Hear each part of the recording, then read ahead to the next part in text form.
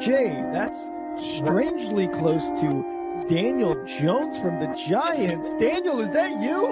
Beat the Chiefs. Show me. If the Broncos and Russell Wilson can show me that they can beat the Chiefs, then I will start believing.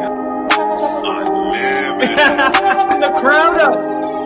And so are this defense, and Kansas City won't snap the ball again. The Denver Broncos have beaten the Kansas City Chiefs. Dave Montgomery on the Lions, former Bear, gonna make this his revenge game for sure. David Montgomery gets the touchdown that ices the game. No! And there's a flag. There's flags. There's flags. There's flags. There's flags. Snap. Hold. Kick. Denver wins! Denver wins! Let's go! They open.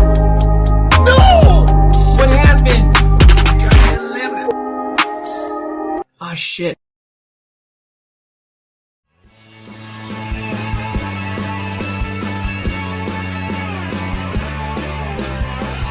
America is football. Football is America. Football is America. If you don't like it, you can kiss your candy ass at the moment in time. I don't give a damn. Oh my god. No! You love this. 30-27. Chiefs win. Chiefs win 30-20.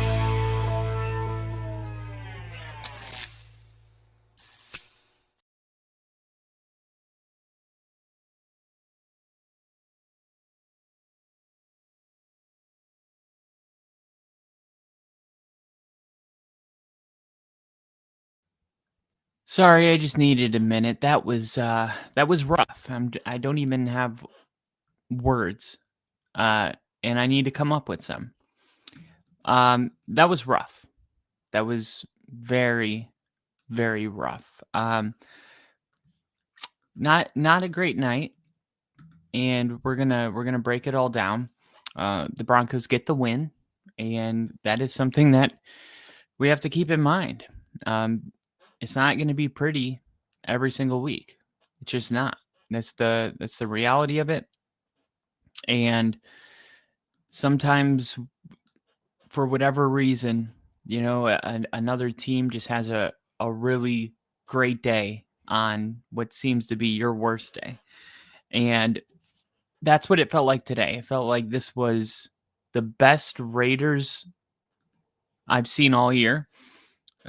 Admittedly, haven't been watching a ton of the Raiders, but we have to keep in mind that even though they had a couple losses when Brock Bowers went down, right? They started losing because Brock Bowers is such a big part of that offense. When they were all healthy, they beat the Patriots week 1. I mean, they've competed. And I think it's easy when you get to this part of the season to just dismiss teams because of their record, which is weird because there's hundreds of thousands of people on the internet right now saying that Denver is a fraudulent 8-3. They're fraudulent 8-3, meaning they're not as good as their record. Now, there's only one way to believe something like that. And that is to believe the inverse of that. You can't believe in light if you don't believe in dark. You can't believe in on if there is no off. And you can't believe that a team can be worse than their record if you can't believe that a team can be better than their record. So we know that there are teams that have, sub 500 records that are a tough go every single week. Okay. Now remember, they beat the Patriots week 1. They had a healthy team, came out swinging 20-13. They beat the Chargers by only 11. The Bears beat them by 1 point. And let me just keep note of this. We got Pats win, and then Chargers 11. And Bears won 1 point win. The Colts demolished them. And Titans, they beat the Titans by 10. Chiefs handled them pretty well. The Jags beat them by 1. And then today, the Broncos won by 3. I mean, even the Patriots game was, all the games have been pretty low scoring outside of the 3 games between the Chiefs, Raiders, and Jags. Now, I'm not making excuses. Our offense needs to be better.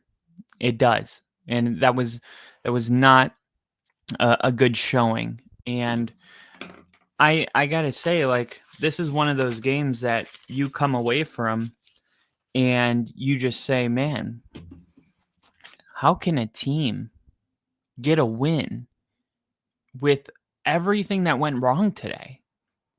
And believe it or not, it has to be encouraging. That has to be the takeaway for every Broncos fan, right? I mean, if you can go out there and play that bad, I mean, Jeremy Crenshaw, the punter, he may become the first player in NFL history to get cut in the middle of a game. That's what I thought around halftime.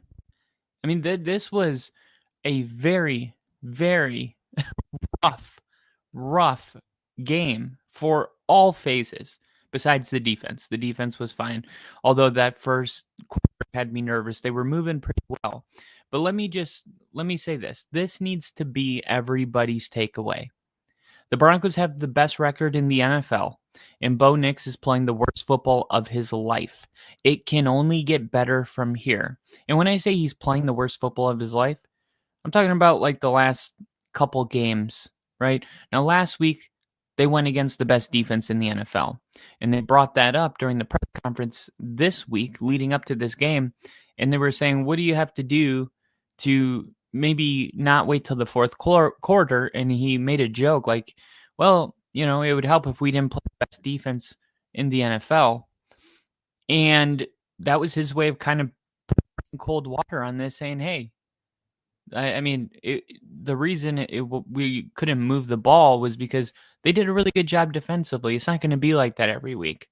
And then in comes a Raiders team that has struggled on the defensive side of the ball. And all of a sudden, Denver's offense doesn't look like that great. Now, the reason I think the Raiders played a great game is because we have a sample size. I believe that's large enough. We've played the worst 2 teams in the NFL as far as defense goes. And did the Broncos struggle to score points against the Bengals? They put up 500 yards of offense. It was the most lopsided game this year as, it pertains to yardage on one team to the other. We dominated them. There's no question about it. The Colts, they have, not a great defense. Bo Nix threw 3 touchdown passes in the first half, threw 4 touchdown passes in the game. Now, if you just look at teams, opponents per game, the Raiders are ranked 22nd. They're exactly the same as the Steelers right now. And stop it. And Minnesota. Jesus, scared the shit out of me. Minnesota, with all the credit that they get, right? Cleveland in their defense, Philly, Minnesota, all these teams give up 23 points per game, 23, 24. So this is not like Cincinnati, Dallas, who's given up more than 30 points a game. Okay? I don't know what I mean that. Like the Broncos, when they played the Bengals and the Cowboys, did it look like their offense was struggling at any point? No, they were moving up and down the field the whole time. So I don't want people to think like, okay, the Broncos are struggling on offense against bad defenses even, because it's not true. Today, the Raiders came out and played a really good game defensively. And, we have to leave some room when we're nitpicking a game. We have to leave some room for the other guys get paid too. We can't just be like, no, bump that. We're not even going to consider that. It has to matter. Okay. We scored 21 points on the Eagles. The Eagles have a good defense. You know what I mean? Like, we scored on the Chargers. I just think it's easy to forget that the other guys get paid too, and once in a while, and Sean said in his press conference, hey, they did some stuff that we haven't seen all year, and it worked. Clearly. At least we have this on film. And I personally believe that the way the Raiders have been not super threatening right this year, I believe Sean has plays that he wants to keep in his back pocket. Could I call those? Yes. Do I want to against the Raiders when we're playing the Chiefs next week? No. And it got a little vanilla out there. And I think Sean, deep down, hit a point in this game where he was okay with winning 10-7. And, all of us would be upset about it for a day. But by next week, it's like, oh, do you remember the Raiders game? Yeah, that was a boring one. No one's going to. Did you get a win or a loss? That's what matters. If Denver would have lost this game, it would be chaos. But they didn't. They won. And I think the other thing that we have to keep in mind is what this team has really done, because I feel like they're getting to, now we have a mini bye going into Kansas City, which was the reason that Sean, I guess, declined to have the bye week after the international game. But we have to understand, like, this has been brutal. And Denver hasn't lost one game. All right, we after the Chargers game, we played the Bengals. All right, Monday Night Football, we smoked them. Then we got on a plane, went to Philly.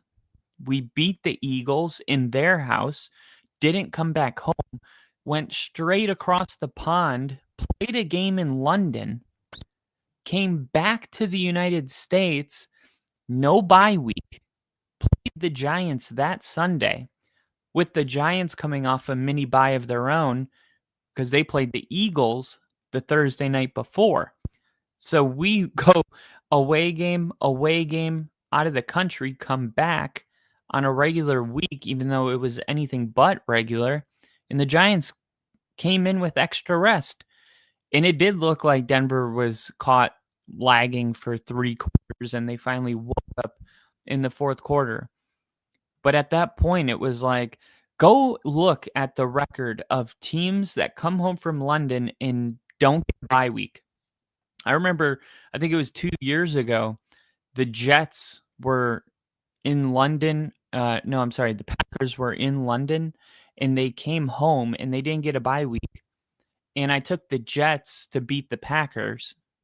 And it had to have been 2 years ago because Rodgers wasn't in that game. And the Jets won. And everybody was like, how did you predict that? And I'm like, came home from London without a bye. It is a major deal. Major deal. There's so much logistics that go into internationally traveling, passports, the admin side of things. It's like, it's hard to just focus on your game plan. And I get it. It's like the other team has to deal with that stuff too. And I'm not talking about the game in London. I'm talking about the game after London if you don't take the bye. But Denver found a way to win that game. Okay, they got it done. And then the Cowboys game, Denver smoked them. And it was like, okay, that was a good win. All right. But then last week, right now, this is the part of the season where a bye week really comes in handy. You're starting to get injuries. Patrick Surtain got hurt. I mean, it was not a coincidence that our injury report was a little bit longer than it had been any other week going into this game. We had some injuries. You saw Jonathan Cooper on that list. You saw a lot of guys on that list. A lot of important players, I'll add. And, most of them played, but they're dinged up right now. They're banged up. Their bodies are sore. And then you're telling them, hey, we're going to play you again on a short week. But not only that, after the Cowboys game, it's time for a bye. They don't get it, but their bodies are ready for it. You're going to go on the road, and you're going to play the most physical, violent team in the NFL. Did you know that, I think it was 2 years ago, that there was a crazy record where the week after a team played the 49ers, they were 0-15 or 0-16. So they would go play the 49ers, right? Whatever happens there, we're not talking about that. The week after, that team loses, whoever played the 49ers. It happened every week for the whole year. And it's because they were such a violent, physical team, right? The Texans are a super violent, physical team. And not only did you have to play them when your body and the team needed a bye, then you're playing Denver on a short week after. This was a recipe for a disaster, and we got away with a win. And I think that needs to be a major takeaway. Now, the game itself, a lot of mental errors, and I was pissed off watching this game.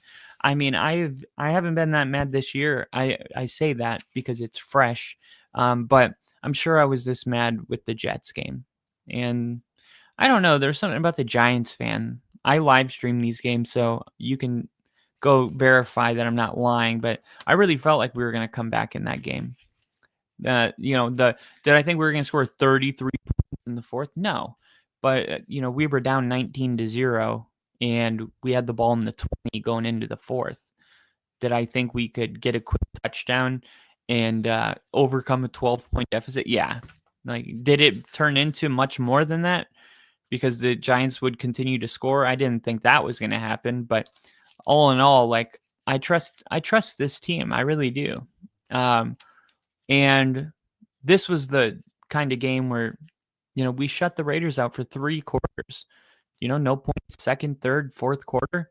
I mean, how many games have we played 4 games where we hadn't even given up a single touchdown? And then there's other games where we did give up a touchdown, but it's like this game, 1 touchdown. It's incredible what this defense is doing, but that doesn't excuse all of the other stuff. And that's what we're going to talk about now.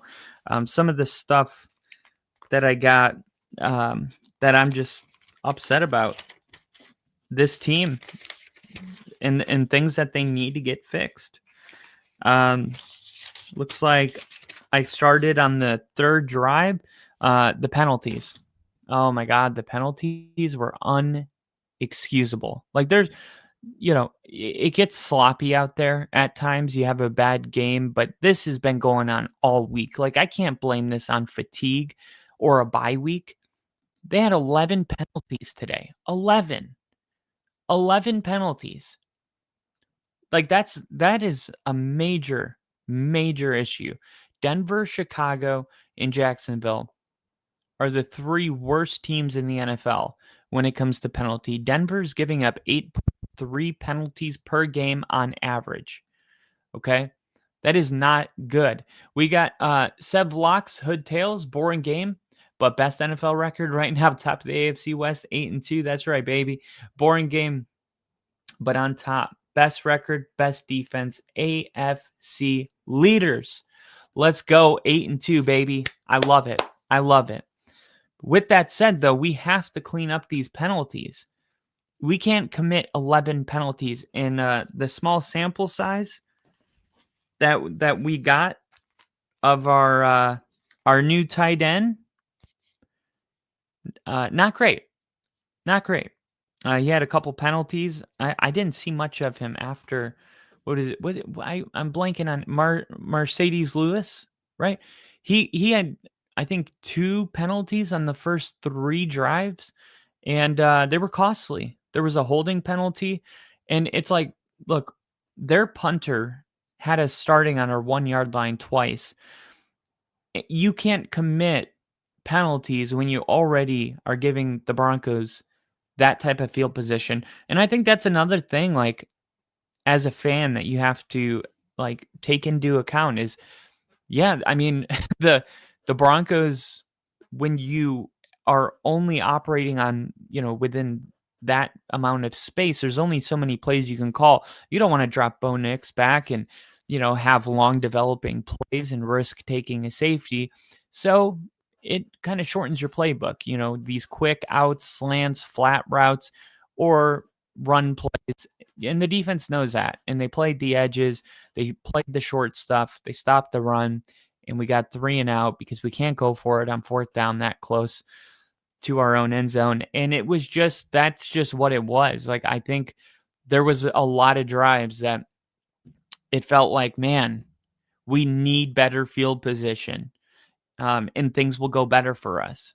And that was kind of true, but it still wasn't resulting in points. Obviously, we got the 1 touchdown. But I felt like at other times when we weren't backed up, we were able to move the football, and then a penalty would happen and a drive would stall out. And that's the reason why the penalties have to go, because it seemed like every time we were getting into some kind of groove and it was like, okay, here we go, we would get a terrible penalty and it was like, never mind, punt. And we just can't have that. So some of the stuff I took notes, we had the holding on the 3rd drive on 2nd down that turned it into 2nd and 20. 3rd and 7, we had an offsides on Nick Benito. That was actually Jonathan Cooper. So that turned a 3rd and 7 into a 3rd and 2. They would end up punting anyway, which is good for us. But still, like, another team, they're going to convert that 3rd and 2. Terrible punts.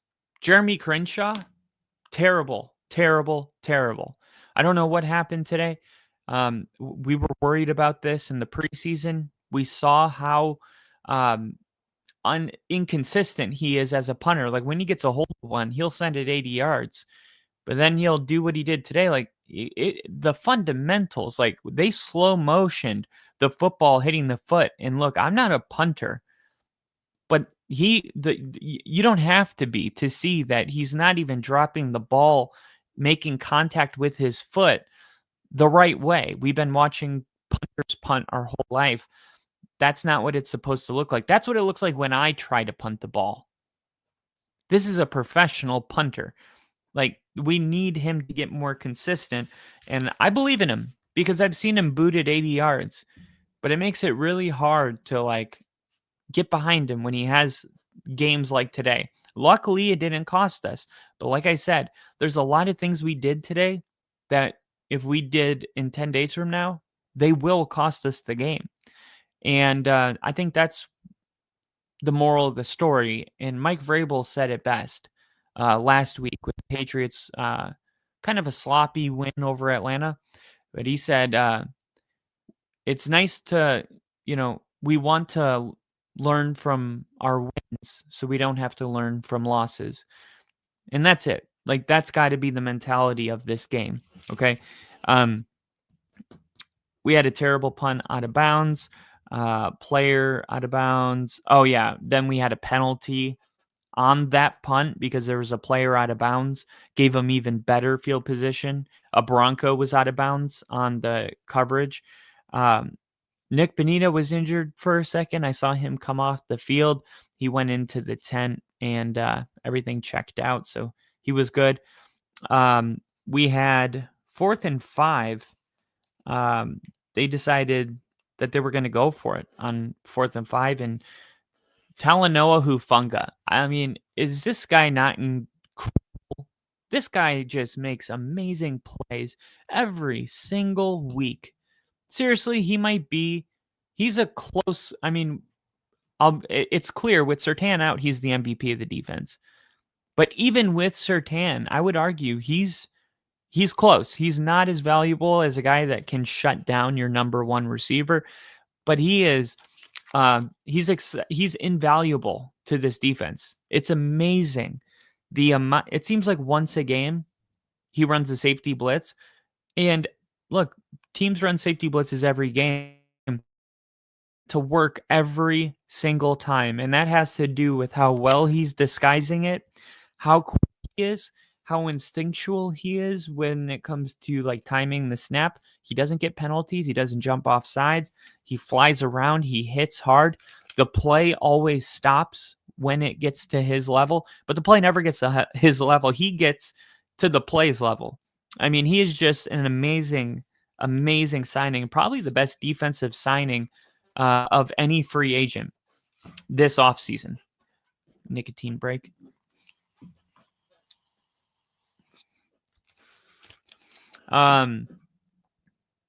Respecting legs lead to big. Oh yeah, okay. So they ran a play and Bo Nix was rolling out to his right. I believe this was on the scoring drive. He was rolling out to his right, and Pat Bryant was kind of coming across the field with Bo. So they were kind of running here. And there were two guys that had the responsibility of Pat Bryant. But because there was all that open grass in front of Bo, they had to respect Bo as a runner. They creeped up a little bit. And I was even fooled. I thought Bo was going to run it. I was screaming too. I was like, run it, run it. And as soon as they came up a little bit, he threw it to Pat Bryant, 35, 40-yard completion. That is what having a dual threat quarterback gets you. Those type of plays right there. Big play by Pat Bryant. Seems like he's actually starting to make one or two of those every single game. And, just think about the jump Troy Franklin took from his rookie year to this year. And imagine what Pat Bryant's going to do, because Pat Bryant's already further along than where Troy Franklin was. And I think this is the other part. I actually didn't think we needed another weapon. I know there was a lot of fans that did. Personally, I like the team that we have, and I don't feel like we deserve more weapons. We're not even getting the guys we already have involved. Now you want to give up draft picks for a receiver? We've been doing really good with these draft picks. Which one do you want to give up? RJ Harvey? You want to give up Pat Bryant? You know what I mean? You want to give up Bo Nix? Like, look at what we're building. Why do you want to not only give away draft picks, but then give away a large amount of money when we can build this thing from inside? Stay patient. Let these guys get a better connection. Let them grow. What if we would have just decided after year 2 that, fuck it, we need Von Miller back. We're not getting a good enough rush. And then Von comes back on a 4-year deal. Let's say he was in his prime. Let's say we did what the Packers did, right? Fuck it, we're not getting a good enough pass rush. We're going to get Micah Parsons in here. Let's say we did that 2 years ago, not last year, the year before. So Von Miller left in 2021. Let's say it was Sean Payton's first season, 2023. Okay. Now we have Micah Parsons, $47 million a year. This is what the fans want. They want the big, sexy signing with all the money. Here's the thing. Nobody would have wanted that if they knew that in year 3, Nick Bonito was going to break out, have multiple pick sixes, and come in third place for Defensive Player of the Year. But fans forgot about him. They had given up. There wasn't even on the radar. It's like we draft a player, and if they're not exceptional immediately, then they get the following year. And even if they're a little bit better the following year, if they're not exceptional, it's like we need to look elsewhere, right? And I just think that's not the move. I think we need to be more patient in giving our guys time to develop. And we have all of these young receivers, whether it's Marvin Mims, Pat Bryant, Troy Franklin. We have the veteran in Sutton leading them. We just got Evan Ingram involved. RJ Harvey is a very dynamic guy. They love him for his receiving ability. We got a lot of mouths to feed, and like to bring in like a Jalen Waddle it just seems unnecessary because like you don't even know what Troy Franklin's going to become. And some of this is on Bo Nix. Like Bo Nix is missing open receivers, and we got open receivers dropping passes. Like there's blame to go around, but it's year 2 and it's his rookie year for 2 of those guys, and it's Evan Ingram's first year in the system. Like, how do you know we need anything? And how do you know that whoever we go get is going to just come in and look as good as they look with their 3rd year with Mike McDaniels, 4th year with Mike McDaniels, and they're going to look that good immediately in their first game with Sean Payton? It doesn't make any sense. I think Denver did the right thing. Unless if Jalen Waddle was like, hey, they're going to let him go for like a 3rd round pick, I'm not saying I would have been against it.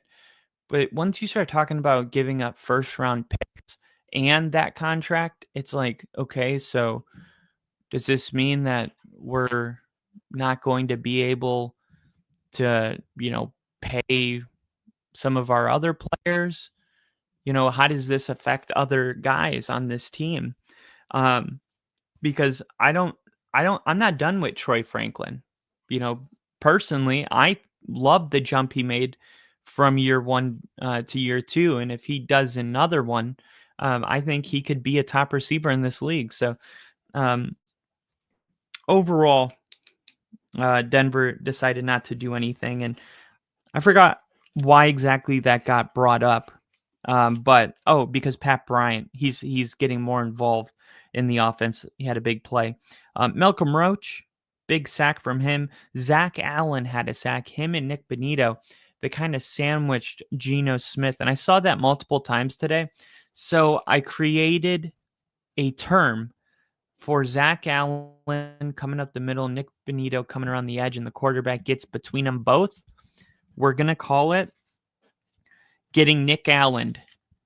We can't call it getting Zach Allen because that's just one guy. But when Nick Bonito and Zach Allen combine for a sack and they sandwich the quarterback, that's what we're going to call it. You just got Nick Allen. I love it. Maybe you don't. I don't know. But dropping the ball again. The drops. I'm not even going to talk about specifics because we could talk about the interceptions or the 3rd downs or, Cortland Sutton not even jumping for one of them. I'm not even sure what he was thinking. Like there was that one that Bo Nix underthrew, but at the same time, it looked like Troy Franklin could have had a chance, but I think he stopped a little early, misjudged the ball, still underthrown. That interception that Bo Nix threw, that was the 2nd worst interception I've ever seen him throw. And the first worst was against the Cowboys on the opening drive, where you're like, what was that? Like, who is he throwing it to? It's just like a total, like, okay, I don't even know how. If you paid me $1 million to defend that, I don't know how to. Like, it was that bad. So there's been other interceptions where like people have been coming on Bo about, and I'm like, I actually think that's more on the receiver. I played receiver, and there was the one, what was it, 2 weeks ago, or maybe even last week? No, I think it might have been last week, to Cortland Sutton. He was running a go route, and Bo threw it, and I felt like Cortland Sutton was being kind of passive with his body, and the safety just came around, had enough time, and just plucked it right out of the air. And I'm like, Sutton, you got to be like able to notice, like, hey, I got a safety trying to close in, plant a foot and use your big body and go up there and meet the football. Don't wait for it to come to you. And it felt like stealing candy from a baby. I'm like, you're way too big for that to happen. At the worst, it should have been an incompletion. But there's interceptions like that out there. Today there was an interception because of a dropped pass. And at the end of the year, they just look at the number. They don't have context to go along with these things. But I'm just saying, I don't think all of the interceptions we've seen this year are on Bo. But today, the first one was, and that was one of two that I'm like, that's just terrible.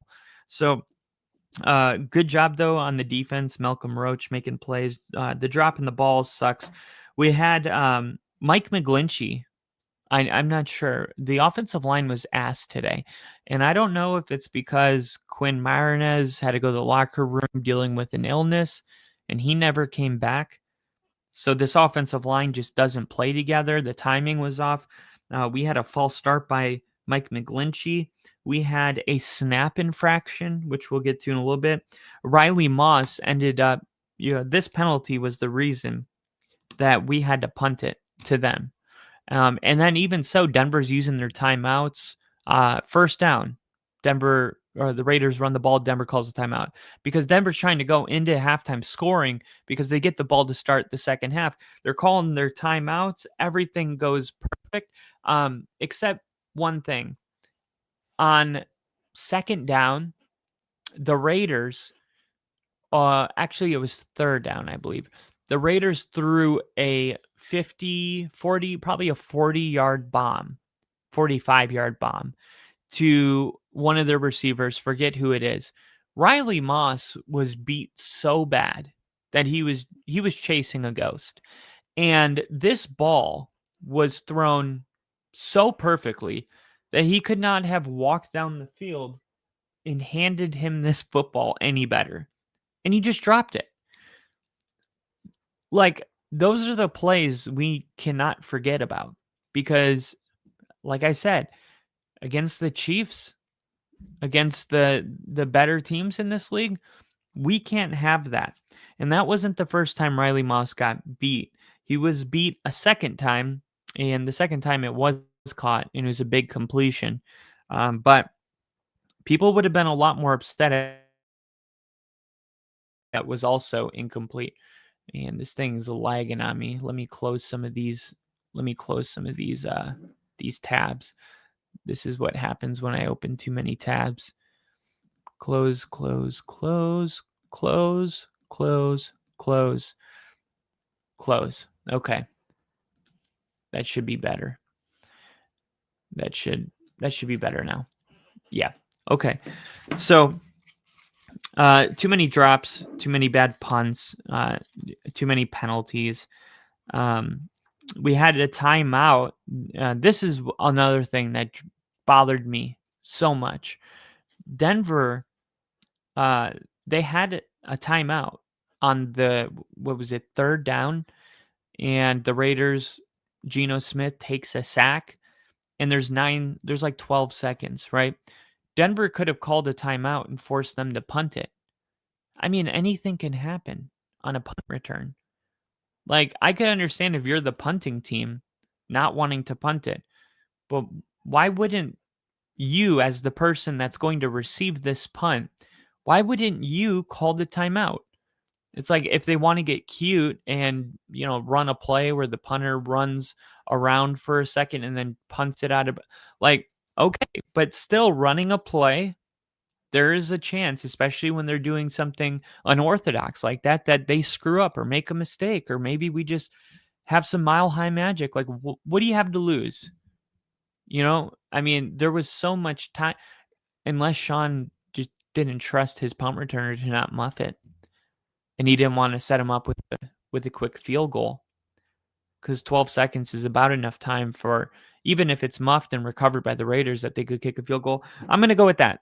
That's probably why, because Bandy, the guy returning the punts, he muffed one last week, and maybe he just doesn't have faith with Marvin Mims not in. Maybe if Marvin was playing today, maybe he calls that timeout. Maybe he does.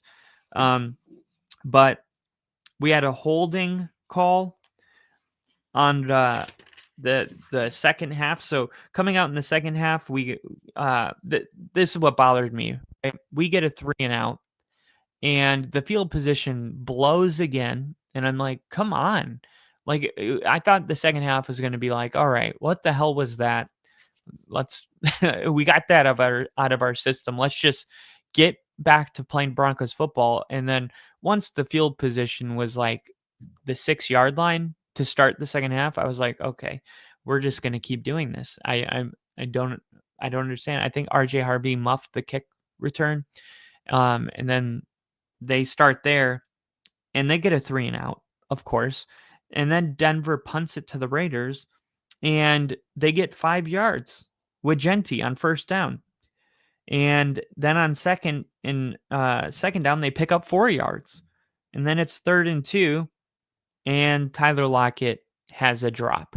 And it's like, whew. It's funny. Sean says there's a fine line between a rut and a groove.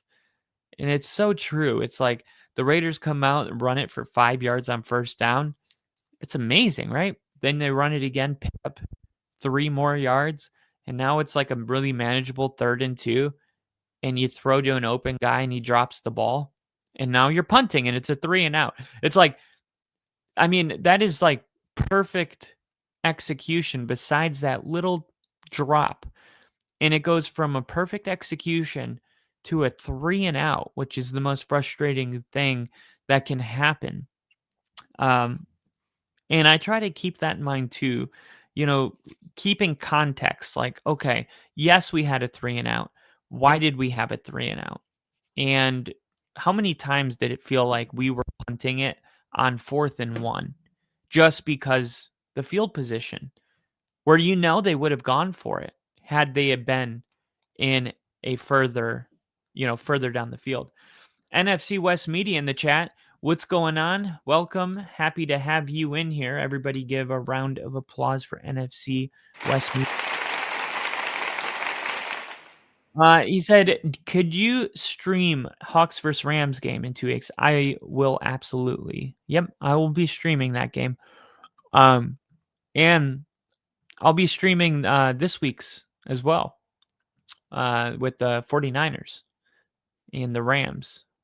And the Seahawks, I believe they played the Cardinals. Yeah, because I broke it all down. And I was like, I know it sounds weird, but Arizona can actually, in just 3 weeks, be back in the NFC West race because they play so many AFC West opponents. And I broke it all down. I went schedule. I went like game by game. Let's see. I think I still have it written down. It's probably in here. Let me see.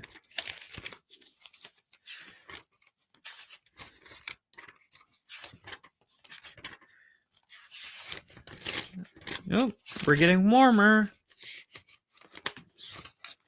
Yep. Wild card. Yeah, here it is. So Arizona plays Seattle, the 49ers, Jags, Tampa Bay, and Carolina. Okay. And then the 49ers play the Rams, Cardinals, then Cleveland, Tennessee, and Indy. The Rams play the 49ers, Seahawks, Tampa Bay, Carolina, and Seattle plays Arizona, Rams, Tennessee, Minnesota. So I did all the math, and basically, if Arizona wins, their next 4 games, and the 49ers beat Carolina, and the Rams beat Carolina as well. So basically, I have all the teams in the division beating up on Carolina, but I have Arizona beating everybody in the division in just 4 weeks. So by December, the Arizona Cardinals would be 7-5. The 49ers would be 8-5. The Rams would be 8-4, and the Seahawks would be 8-4.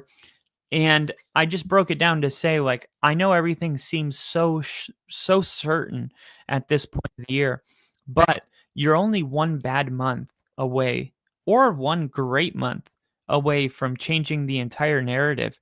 And the reason I brought that up was because Arizona had been very close for multiple weeks. So close that if they scored just 5 points in their last 5 games, if they just scored 5 more points, they would be an undefeated team right now, which is crazy. They've lost their last 5 games before Sunday, of course, or Monday. They had lost their last 5 games by 4 points or fewer.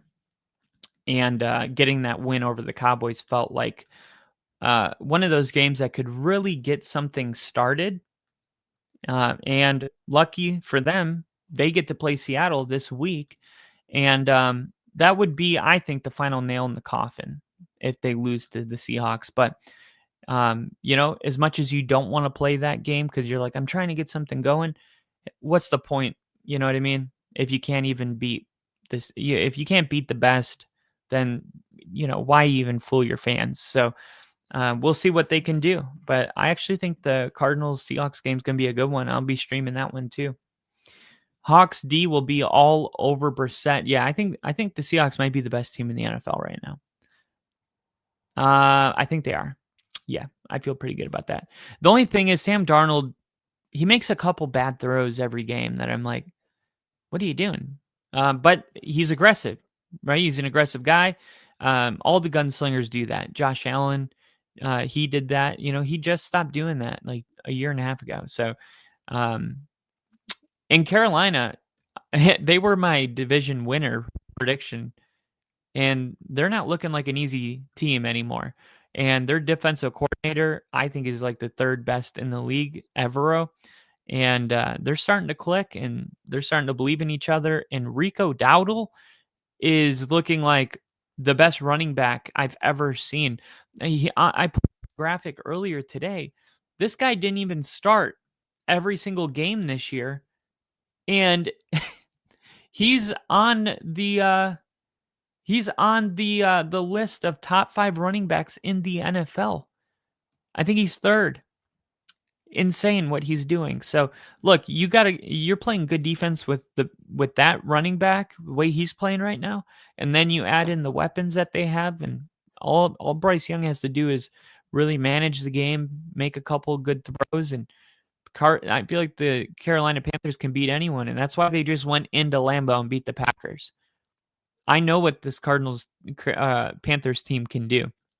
I think the Panthers and the Cardinals are in a very similar situation where it's like, it's not a finished product, but it's like, if I had to put them in a tier, it would be, they could be good. They could be bad too. We've seen that. And we'll just have to wait and see. But anyway, getting to the end here with this recap. So,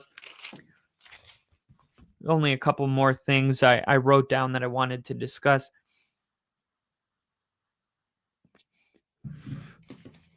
Of course, Luke Wattenberger with the snap infraction. Can't have that. We had the backwards pass to Cortland Sutton, ran a trick play. We did it on 3rd down, I believe, and had to pump it. My only thing with that is Sutton's a big guy. He's a big guy. You know what I mean? Why not run that with RJ Harvey? I mean, is like RJ Harvey used to play quarterback. This guy used to actually be a quarterback. He's also more shifty.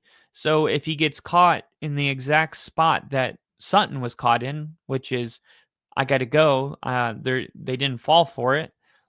He has this speed to, at least bring it back to the line of scrimmage. And then if he does decide to throw a jump ball, Sutton's your jump ball guy. So I don't have a problem with the play. I have a problem with the player they chose to run that play with. RJ Harvey absolutely should have been the guy to catch that ball. And for whatever reason, they decided that they were going to have Cortland Sutton be that guy. And that bothers me. And it did bother me. We had Will Lutz miss a field goal, 59-yarder. It's in altitude. The announcer said that he had been kicking that field goal all of pregame.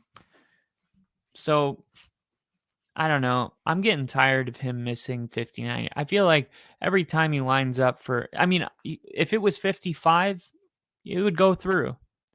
But it's like, why do I keep hearing stories of him hitting from 63? I hear it every week. Here's a video of him hitting from 63 in pregame. Yet, when he goes out there, he never makes those kicks. And Sean never sends him out there. And then he goes out there for a 59-yarder. I thought it was good until the very end. And I'm like, oh, crap, that was short. But not by much. And then Denver later is at a 58-yard field goal and they punt it. And I'm like, okay, trying to pin him deep. But why? We have established that our punter's having a day. He's having a day, and it's not a good day. It's a bad day. So why are we saying, okay, let's, in a game where every point matters, my kicker just showed you he's about a yard short, the 3 feet. You put 3 extra feet on that 59-yarder. And by the way, he's made it in the pregame, so he can kick it. So now he knows, like, okay, I was focused on accuracy. I need to get a little lean into it a little bit more, but not much more because it's 58 and not 59. Get the 3 points. You're just like, no, I'm going to pin him back. It's like your punter can't punt for the life of him. You were in your own end zone and he couldn't punt it. 35 net yards? Then all of a sudden, the punter is at midfield and he punts a touchback. I'm like, God, this guy should have pretended that he needed to punt it across the field. It would have only went 30 yards. But, when he needs to kick it short, he kicks it in the end zone. It was just not his day. But that's on Sean for not realizing it. We all realized it. And I know 74,000 Bronco fans realized it because when he actually got a clean punt off, the whole place started clapping and cheering. Like, how do you not realize that maybe you should just take the 3 points and not, we're going to pitch deep and play field position? Why don't you let your kicker not have a missed field goal be the only thing that he comes from this game with? Well, he did make one later in the day, but I mean a long field goal. Like, he needs to get a 58-yard field goal in his backpack. He needs to know, like, I've done that this year. I don't want the game to be on the line and all we can muster is 58-yard field goal, and Will Lutz hasn't actually made one of those this year.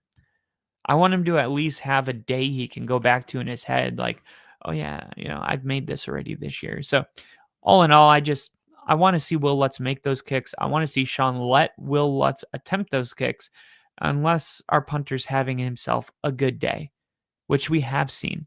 In that case, go ahead and pin it back. I love our defense. I'm all about the idea, but I just knew before the punter even kicked that it was either going to be a touchback or it was going to be like 17-yard line. Our punter just, it's a work in progress, I guess. The line of scrimmage. Why did Amazon decide that they were going to turn the line of scrimmage yellow?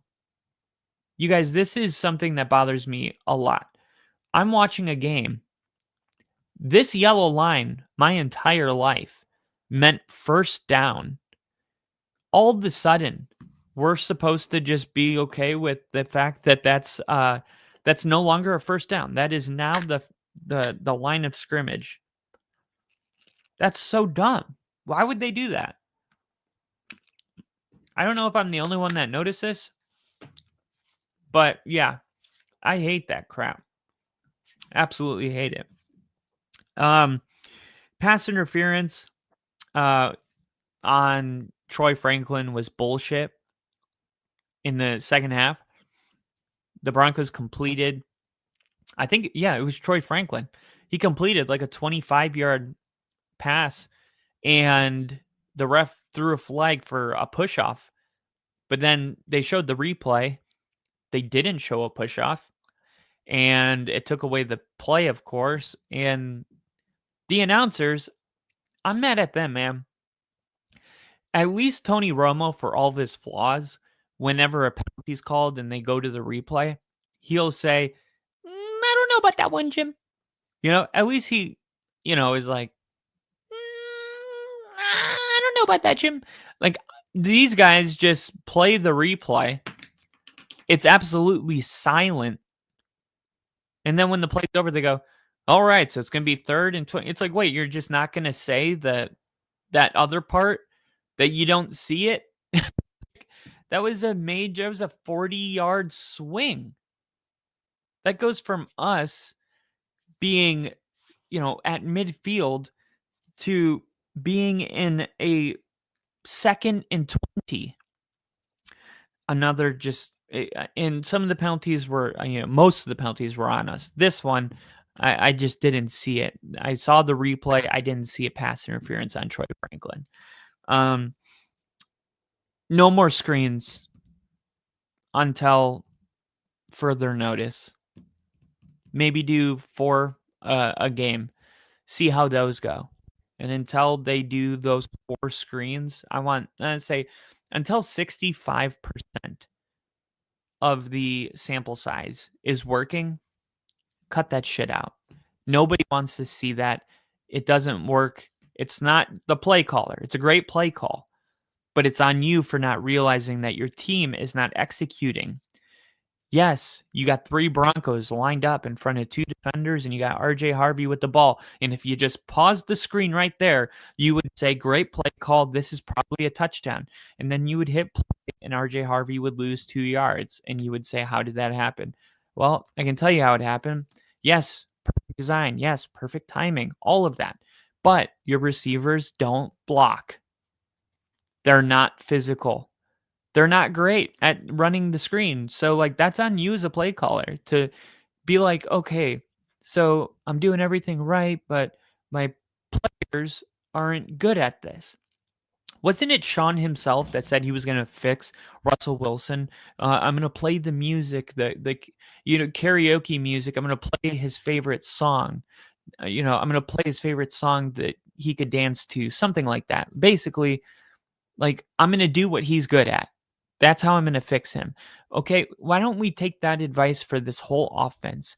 And I'm trying not to raise my voice, but how about we just run the plays that we're good at? Let's just go for that. I don't know. Let's just try it out. See what it looks like. Because it seems like in the 4th quarter, we're doing that. It seems like we're running Bo out of the pocket. It seems like Bo is starting to run. And there's something about the desperation of the moment that makes Bo make different decisions that I want him to be that desperate in the 1st quarter. Not in a bad way where he throws a 50-50 ball down the field. That's not even a 50-50 ball. It's like a 20-80 ball. The defender with the advantage. But I'm talking about, like, having 7 yards of open grass in front of you and throwing a tight ball in tight coverage instead of just picking it up with your legs and getting a fresh set of downs. Like, if it was the 4th quarter and there was a minute left in the game, you wouldn't throw that ball. Hell no.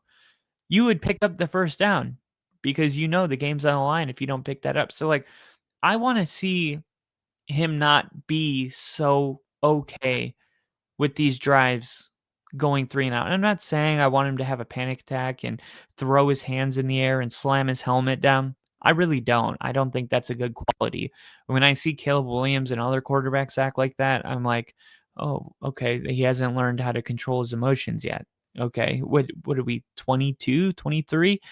I want my quarterback to be a full-on man, but I also want him to hate 3 and out so much that he goes to dramatic measures to make sure it doesn't happen.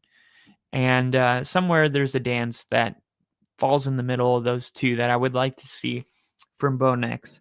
3 and outs. I mean, what can I say about the 3 and outs? They were 5 for 15 on 3rd down today. I mean, 33%, 5 for 15. That's not good. Not good. 220 total yards. only 84 rushing yards. This is a team that was supposed to be able to run all over. And it felt like every time Bo Nix went to pass, as soon as he faked the handoff, there were 3 or 4 Raiders in his face. Like, look, I want to get on to Bo just as much as every other Broncos fan, but when my dude hands the football off and Max Crosby and the other guy that they drafted, I'm blanking on his name. I think he went to Clemson. When these guys are in his face right when he comes out, like, this offensive line had a bad day, like a very bad day. This did not look good at all. I'm not even talking about their job out there. I'm talking about their penalties. It was just, all in all, just terrible work. I mean, Garrett Bowles was good. I don't even remember seeing him today. That's a good thing, right? But Mike McGlinchey, Luke Wattenberg, and I forget the other guy they brought out. Man, we need Garrett Bowles and Quinn Arnaz. Like, this is an entirely different. And look, people are like, I didn't know how important yeah, you did, because look at the Chargers without their Joe Alt. They're an entirely different team. It's that big of a deal, you guys. Like, Denver went out there today without their best blocker in the running game and Ben Powers, their other guard. They went out there and didn't have either of them. And honestly, like, some of the stuff that the extra 2 seconds that Bo Nix has as a passer, that's the difference between a completion and throwing the ball away and getting booed off the field. It's not Bo. It's like, no, you're mad. I get the frustration, but it's like, our offensive line just didn't do sufficient. Like, they did not meet the standard. It makes it very difficult for a quarterback to be able to see the field, make a read, and not throw the ball in harm's way when he has only half a second to decide what to do, and he has to run while thinking. Like, it's just terrible. Terrible, terrible. Worst day I've seen in years, probably. Genty, back-to-back runs, 3rd and 6. That was towards the end, and then they ended up having to throw it away. Geno keeps, keeps Raiders in field goal range. Yeah, it was a good throwaway by Geno. I don't know if you guys saw that at the end, but there was a play where, and he was already hurt, but Denver full-on blitzed the entire team, and Geno ran fast enough to get out of the pocket just to throw it away. But that was huge, because if he would have taken a sack, they would have been out of field goal range. But the 48-yard field goal was no good anyway. So they actually get no points from the interception, which the interception that put him there was Troy Franklin dropping the ball. Ball went up, hit him in the hands. And then another Bronco, I think it was Sutton, had a chance at it. And, he didn't get it either. And it's just like, God, talk about not your day, right? I mean, bad day at the office. But let's get to the post-game press conferences.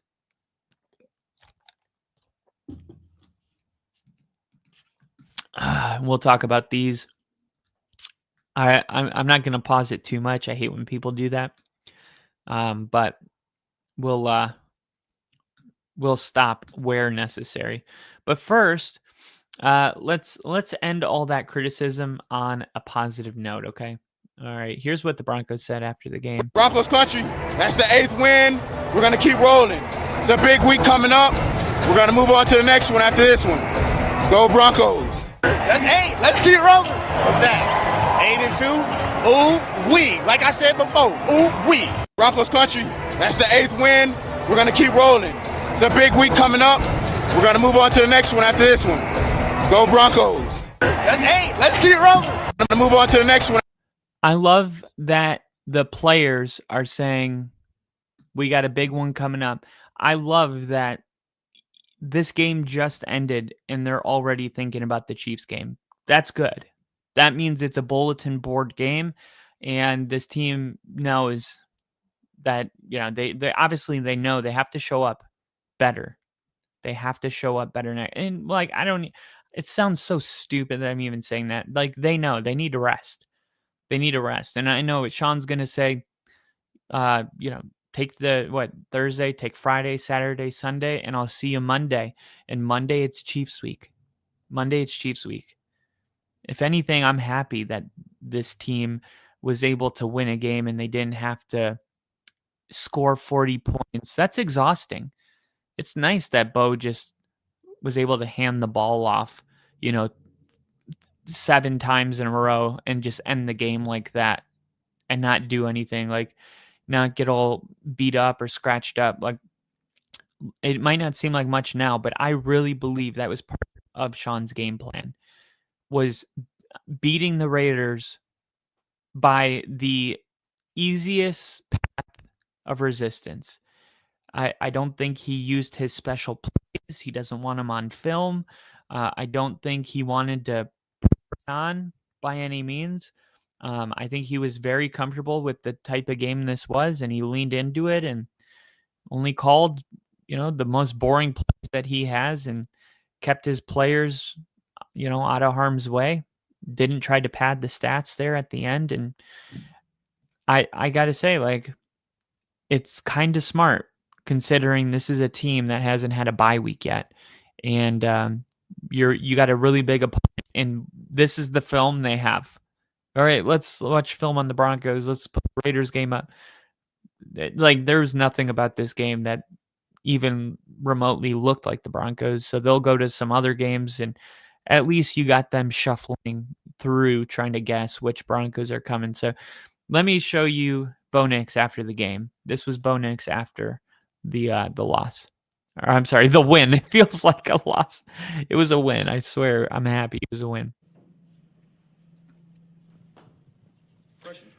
Yeah. Hey, Bo. Mike McGlinchey was just saying in the locker room that obviously, the win is good, but the offense needs to do better. Maybe you could expand on that. Yeah, we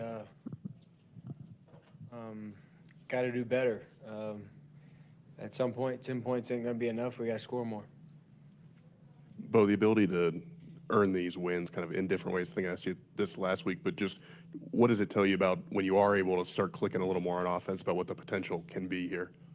Well, we just have a tough and resilient football team. We find ways to win. Usually right now it's the defense leading the charge. They just continue to get us the ball back. A bunch of sacks tonight, a few that were in field goal range that knocked them out. And you'll win a lot of games with the defense playing like that. And then tonight we had a little spark with some special teams plays, and then, we just, at some point, we got to start moving the football and scoring points. Yeah, Bo, Sean said that the Raiders did some things that you hadn't seen before. He gave a lot of credit to them for your offensive struggles. Anything in particular that they were doing? Well, I thought they were a good defense. I thought their schedule is definitely not a good representation of probably how good they are. I think they've probably had some unlucky breaks, but they were solid on defense. They have a good front. They're able to get pressure. They did some different looks tonight as far as getting pressure on us, but it's just tough. At the beginning they were keeping us off balance, and then they're in the second half.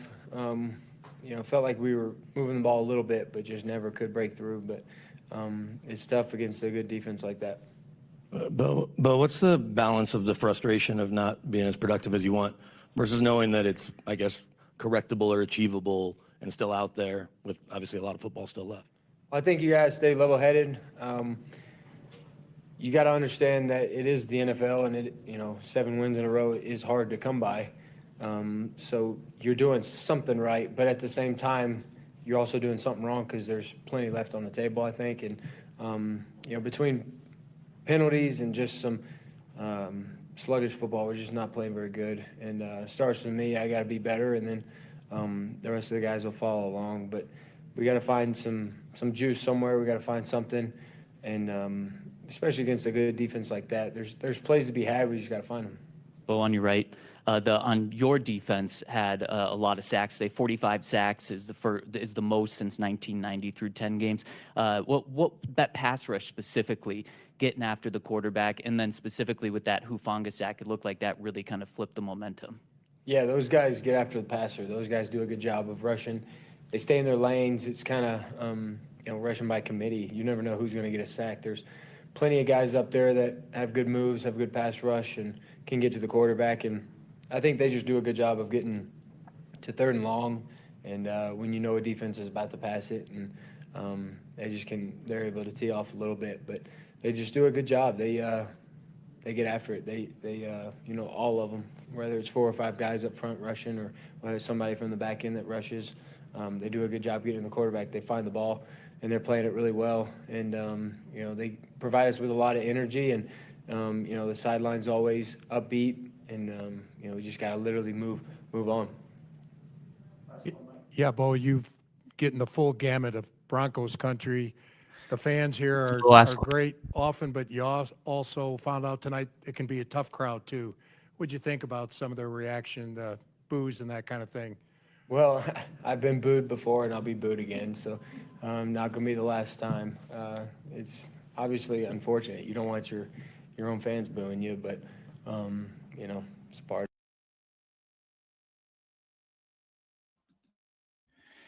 Yeah, I don't like that either. I don't like the booing of our own quarterback. I get it. Things aren't going well out there, and it's easy to just get mad, and it's like, I'm not booing him. I'm booing just what I'm seeing. It's like, it's not personal, but it's like, yeah, but that they're going to take it that way. Like, it's not like the player doesn't know he's getting booed. And I don't know. I was feeling that way too, but if I were at the game, would I be booing? I don't know. I don't know. I try not to. I really do. Here's something that we don't have to boo. That was supposed to be a lot cooler. Let me try that one more time. And while I do, the person that I really want to hear from, after what we just saw, of course, is the head coach, because that's really where the accountability starts. And I'll tell you something, Sean Payton is pissed off. He was pissed off with a reporter because a reporter made a comment about, I get it that you're 7-2, but and Sean's like, no but. There's no but. We're not 7-2, but right, we're 7-2. That's what our record says. And let me just show you for yourself.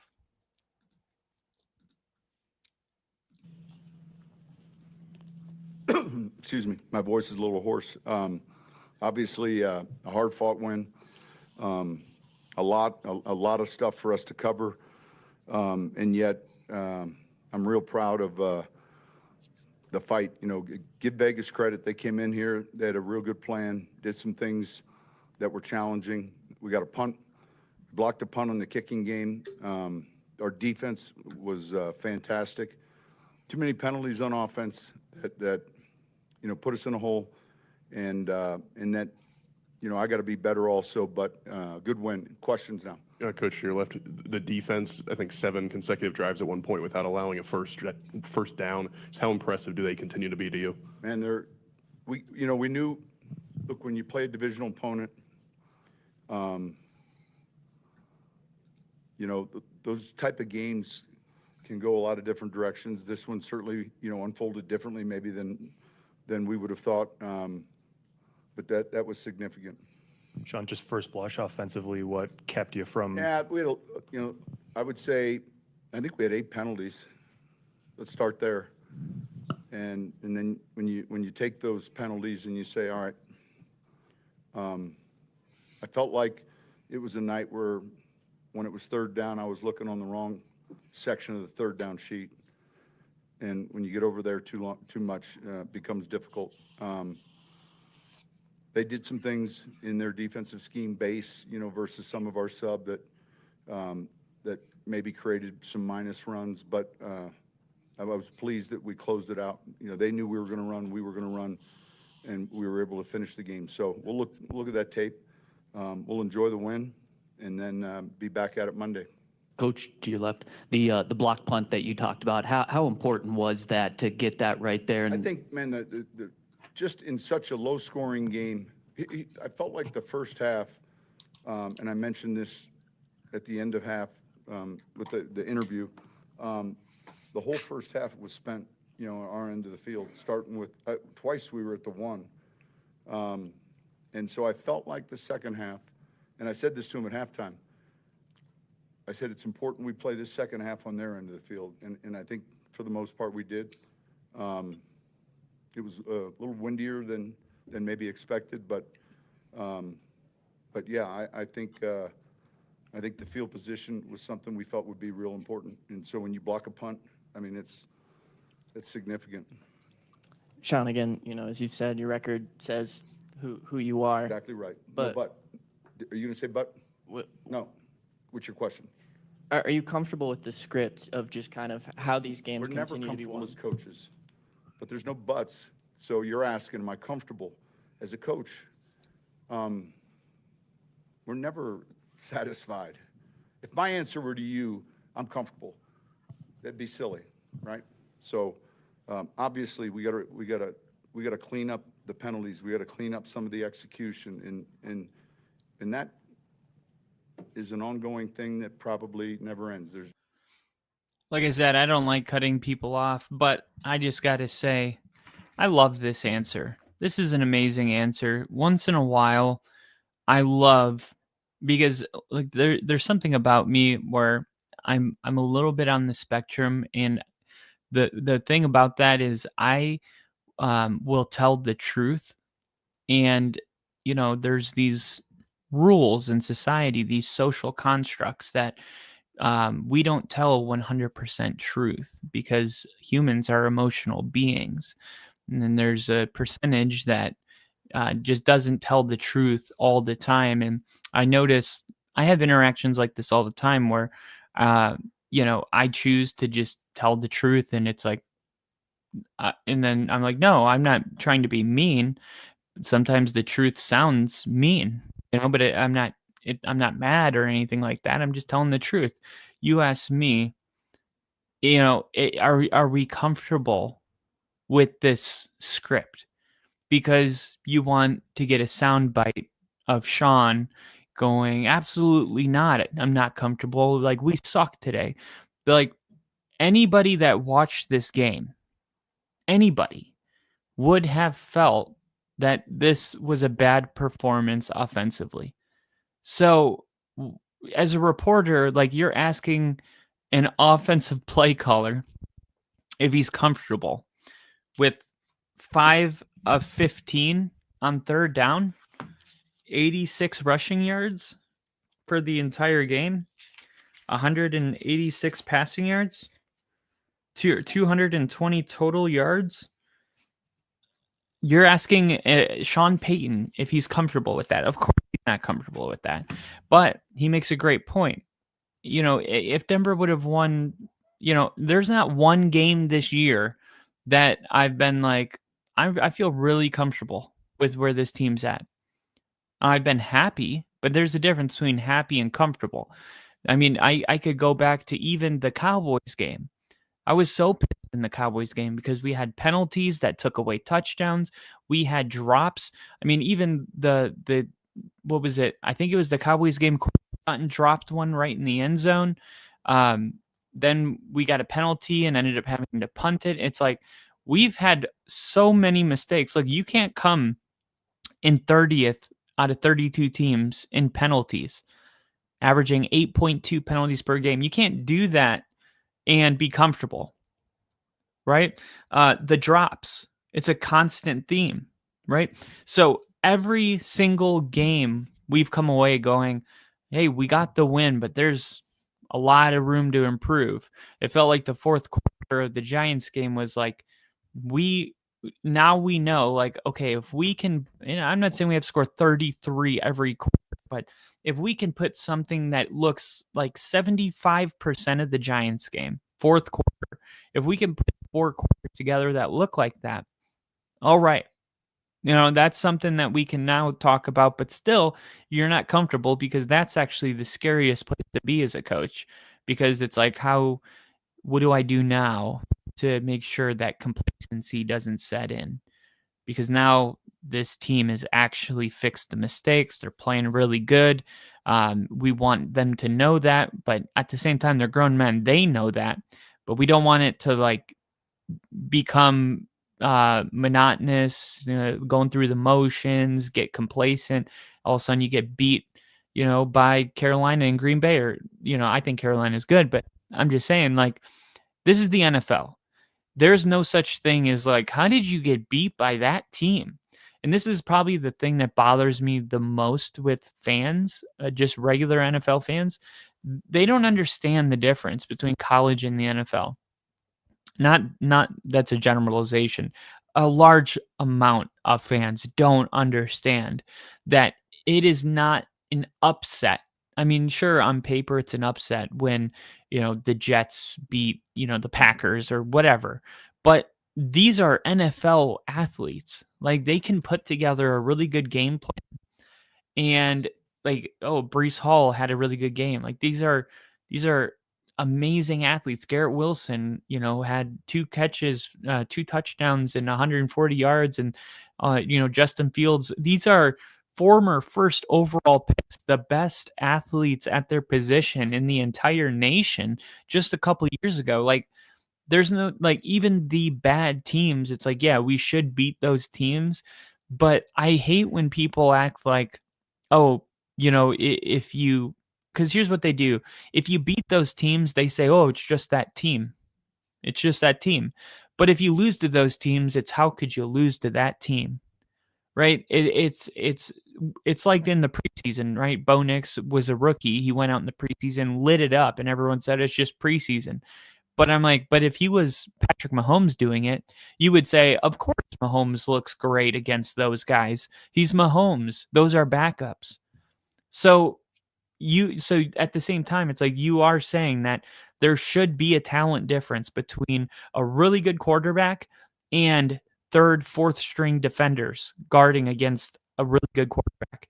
And that's what Bo looked like. That was the contrast. It was like, yeah, but Bo looked really good against those third, fourth string quarterbacks. And instead of focusing on that, they go, yeah, but it's preseason. And it's like, okay, you can't have your cake and eat it too, right? At some point, you have to give credit to both sides. But all that to say, there's only a couple of teams that are truly like, there's just a lot of dysfunction. There's bad coaching. There's bad culture. But it's like, even those teams, for whatever reason, any given Sunday, that's a real thing. But I would say, yeah, there's maybe 3 teams in that boat. But there's 27 other teams that can beat you any Sunday, and it's not that shocking. I mean, just look at the NFC West. The entire division, I think, is respectable. Like I said, the Cardinals are 5 more points per game away from being 9-0. I mean, that's crazy. That's the worst team in that division. Look at the NFC North. Like, the Bears are trying to go to the playoffs, and the freaking Lions and Packers are super legit, and the Vikings just beat the Lions in Detroit. And everyone's like, how did that happen? What do you mean, how did that happen? This is the NFL. Like, get with it. Why do you think it's so hard to gamble on NFL? Because the results are so unpredictable. The only way to give yourself an actual shot at a 14-leg parlay is to select 3 things that you really don't think are going to happen and just go and select them anyway, because that's the NFL. That's the nature of the beast. And this question about being satisfied after, Sean Payton put 7 points on offense, 10 points total, it's a ridiculous question. I don't know if he was trying to get, a rise out of him, but it's like, no, I'm not satisfied. But, even if we would have scored 31 points today, I wouldn't be satisfied because we had 11 penalties, because we had 4 drops. Bo Nix threw 2 interceptions. Like, our defense gave up way too many 5-yard runs on first down. We weren't even remotely close to being comfortable. So I just don't like the question, and I love the answer. You search for that Shangri-La. Right now, we're a team sitting at 8 wins. I think we're the only team sitting there. So, and yet we're constantly looking internally, starting. But it was a tough night offensively, obviously, and I give them credit. They did some things differently that we hadn't seen, and you start looking at your call sheet with your sub plan, and so we'll look at that tape and we'll learn from it. We always. I want to just be on record, and again, the Raiders played very, very, very good defensively. I don't care that they hadn't done that all year. And this is what people do. They'd say, no. Your offense was so bad that you made the Raiders defense look good. No. Wrong. Just all wrong, right? When the coverage is so good that the throws are so tight, that's good defense. When the penetration is so great that Bo Nix has 1.7 seconds to throw, that's good defense. That's winning at the point of attack. That's winning in the trenches. When you can't run the football on 3rd and 1 and pick up a yard, that's good defense. Because we've played those other teams and had no problems. And trust me, those are bad defenses. The Cincinnati Bengals and the Dallas Cowboys. I know I said every given Sunday. That's because those teams have good offenses sometimes. But on defense, like, they are objectively terrible defense, both of them. And yeah, I mean, if Denver scored 10 points against one of those defenses, that would be concerning. That would be concerning. And, there's games like that. I think Green Bay only scored like maybe 23 points against Cleveland or Cincinnati, but maybe even less. But that's not the point. Is I don't want people to move the goalpost about how well the Raiders played defensively. The Raiders played out of their mind on the defensive side of the ball. And yeah, we still got the win, so there should be no problem in admitting that. And it's not an excuse to be ass on offense either. Like, we have to find a way to be able to make in-game adjustments. And that's what Sean was just talking about. Like, he had me looking at my sub plan. Like, okay, my actual plan wasn't working. I have to pivot. I have to do something different because the Raiders, they were ready for exactly what I wanted to do. That's coaching. That's execution. Pete Carroll's a great head coach, man. He's a great head coach. He had these boys ready. Pete Carroll's an exceptional coach on Thursday Night Football as well. I'm gonna look that up really quick. Best head coach records on Thursday Night Football all time. And Thursday Night Football is a newish thing, so that should be Thursday Night Football. Here we go.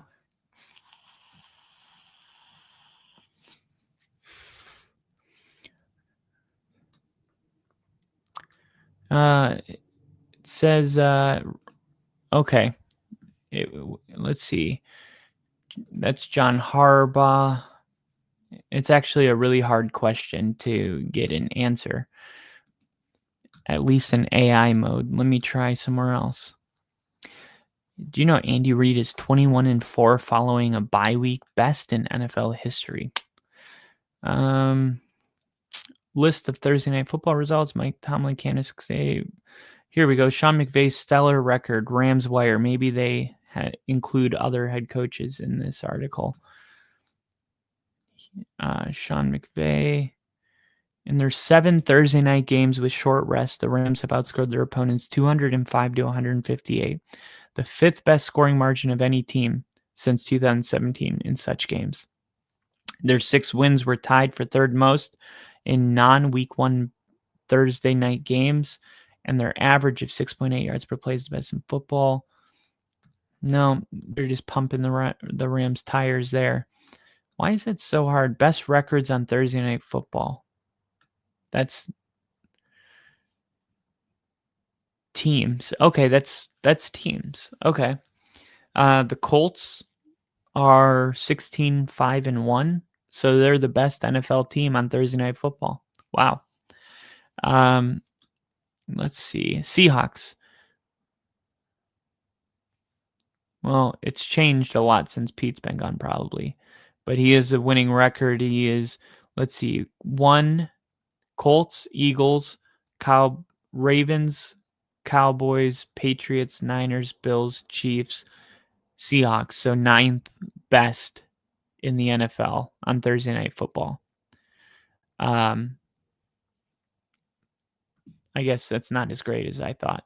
But that's the Seahawks as a team. You know, they've lost, I think, 2 or 3 Thursday night games since Pete Carroll's left. So, anyway, let's continue. Coach, you mentioned it was just to put a bow on that. The Raiders played great defensively. That's all I was trying to say. You got to give them credit. I think, looking back on the season, that was the best defensive performance next to Houston last week. And I'm sure they looked at that film, saw what did Houston do that worked so well. And now we're going to have to figure out what we're going to do about that. a little windy. How did that impact your play call and your offense and even cross shot and punting? I felt like, honestly, I felt like usually here, the forecast, the wind dies down as it gets later. So I wouldn't have considered the first half windy. I would have just said in the second half it started picking up. Look, they had a chance at a field goal to tie. You know, hindsight, me attempting that field goal, you know, I wouldn't have done it.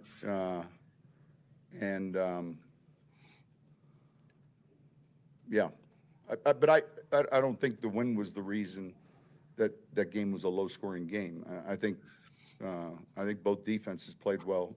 You think cross shot was impacted by it? I think it was more the drop. You know, it's not the kick off the foot. You know, when generally speaking, when you have some mishits like that, it's how it comes off your hands. Sean, you always have a good plan for off time and this and that, knowing the Chiefs take the week off because you've talked about how Andy gave you that advice. But what does the next few days look like for you and your staff and then the players? I think they're away. I mean, man, it was a short week. These guys will be back Monday. And we know we got a big game coming up against Kansas City. So yeah, the staff and the players will have this time away, and then, you know, one of the tough things about Thursday night football is the short week and in the preparation. The positive is then after the game, if you know, obviously if you win, you know, you have that mini bye, but the turnaround's tough, and you know, guys handled it well. Hi, Sean. Hoping you can talk about the 3rd-and-1 play in which Sutton looked like he was going to pass. What was kind of the thinking? Yeah, listen, it's a play we've had up, and it's short yardage, so you know, it's a misdirect. We've called this before. They did a good job peeling on the running back, and so, you know, when it works, it looks great. Cortland was smart not throwing it. That's exactly what happened. Okay, thank you, Coach. All right, thank you. Cortland was smart not to throw it. Yep. And I guess the reason why it wasn't RJ Harvey was because the intended receiver was supposed to be a running back. So I guess that answers that. But I would like to see RJ Harvey throw the football, especially as he becomes a more dynamic focal point in this offense. And it will definitely open up some opportunities where he gets the ball and the defense crashes down. And he used to be a quarterback, so all of a sudden he uses that arm, throws the ball deep, get a big play. But Sutton, nothing open. They brought the running back out, swung him around, and defense picked him up and ran with him, and that wasn't supposed to happen. And Sutton smartly sees, okay, they didn't fall for it. Let me not throw an interception, just, kind of take the loss and move on. And that's kind of what this whole day felt like, was Denver taking, the loss and taking the L, play after play. But you saw Bo Nix not satisfied. But at the end of the day, it feels good to go home for these guys on Thursday and be able to rest their bodies and chill, relax, have a good time. Enjoy being 8-2 for a little bit. You know what I mean? Like, there's a lot of it, this league. I just got done saying there's no such thing as like, how did you get beat by? There's only 32 teams. These are the best athletes in the entire world, and the worst teams in the NFL add the best players in the world to their team every single April. Like, there's only, like I said, one or two teams that's like, yeah, they're not where they should be. But like, if I went to the power rankings right now, right, and I will, I'm going to show you that even here's the updated power rankings. This is from ESPN, all right, which I don't agree with any of these ever, but Buffalo Bills number 1. Number 2, let me see if I can move this here. Yeah. Number 2, the Philadelphia Eagles. That's weird. We beat them. So like, okay, like, how does that happen? How do, we don't do it, win for win. I get that. It's a week to week league, but we have 2 more wins than them. And when this was written, we had 1 more than them. But more importantly, we're on a 6-game winning streak at the time this is written. But yeah, people have their favorites. Eagles, Colts. We would have. What's crazy is that penalty for leverage doesn't get called, and Denver's 9-1, and they would have wins against the Eagles and the Colts under their belt. And then nobody could say that Denver doesn't have a legitimate win, which is just so stupid, because these teams are good football teams. You saw what the Raiders looked like tonight defensively. The Tampa Bay Bucks 6-2, which is funny because somehow Nick Wright specifically, he talks about Tampa Bay like they are criminally underrated. Like, I don't know why Tampa doesn't get, more love. Look at Tampa Bay, their schedule. Okay. They had comeback wins. They lost to the Eagles. We beat the Eagles. They had a strong win over Seattle. I don't think Seattle peaked at this point. Good win over San Francisco. Lost to Detroit. That was bad. Beat New Orleans, as they should. But leading up to this Philly game, all of these games were a last drive comeback. Atlanta, last second comeback. Houston, last second comeback. The Jets, last second comeback. So like, they can have a last second comeback to the Jets. And it's Nick Wright still goes, the Texans are criminally underrated. They're a Super Bowl contender. We do it. And by the way, we do it without giving up 27 points to the Jets. And instead, it's the Broncos are fraudulent. They only beat the Jets by 2. So it's not created equal. And I don't know why. But I saw these 3 games and I'm like, Tampa Bay is going to number 1 on the power rankings. And they're going there only because they have a better record than the rest of the teams in the NFL. I don't remember what week it was. I think it was maybe this week right here, week 7, and they were 6-1, and they were number 1 in power rankings. And I'm like, that's stupid, because they say it's not based off your schedule, yet everybody knows the Lions are going to beat the Tampa Bay Bucks, and Detroit was just coming off a loss, right? I forgot who it was against, but I knew they weren't going to lose again. And let's see who was that loss that they were coming off. Detroit Lions just got done losing to Kansas City. Okay. And I'm like, yeah, they're not losing twice in a row. It's not happening. But everybody agreed. And I'm like, so we all collectively agreed that Detroit is better than Tampa Bay, but because of their record, we can't put them above. So it's dumb. It's dumb because the rules change for every team. Losing by 2 is okay for Tampa. Putting Tampa number 1 for the record's okay for one team, but for the Patriots, it's not okay because they haven't played a real team yet. It's just, that's why the power rankings are impossible. I try to keep mine like, okay, what is really like the most consistent thing in the NFL? And I think that would be Detroit. I know they're coming off a bad loss. Who was it that they lost to recently? It was the Vikings, right, the Vikings. But like, that's just the NFL, man. Like, we all know there's a ton of parity. We're hearing that word. I swear, I heard that word like one time my entire life, and now everyone says it. It feels like the whole world discovered a new word, including myself. So, a lot of parity. Look, here's the game against New England.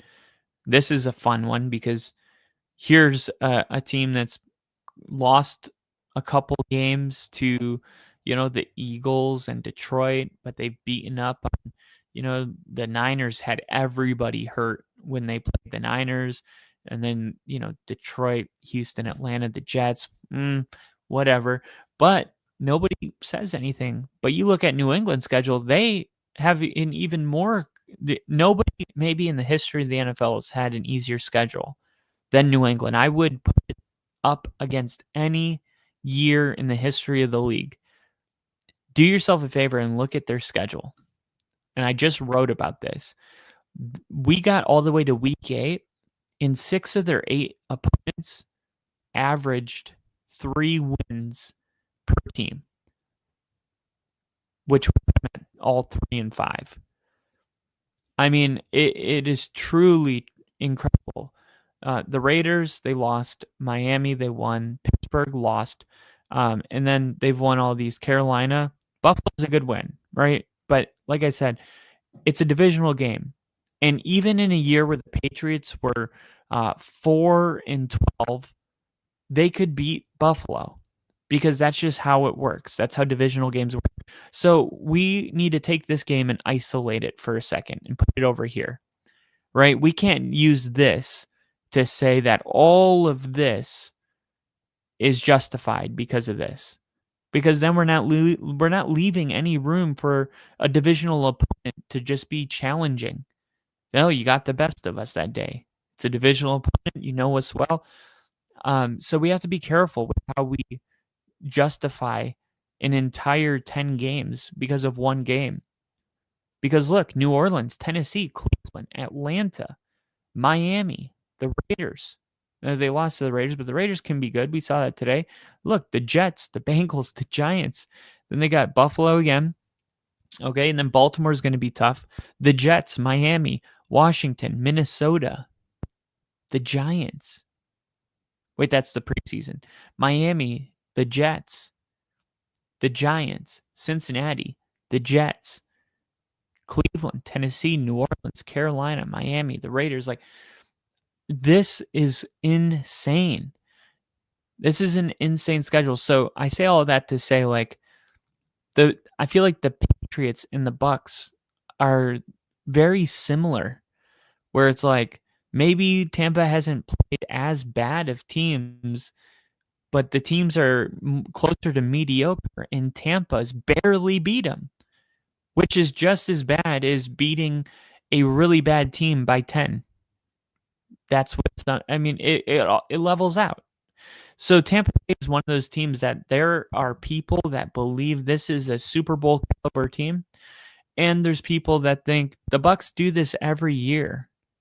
Maybe Baker's playing at a little bit of a higher level, but overall, like, there's not like, a piano didn't fall out of the sky. Like, what is his name? The guy that does all the cocaine, Charlie.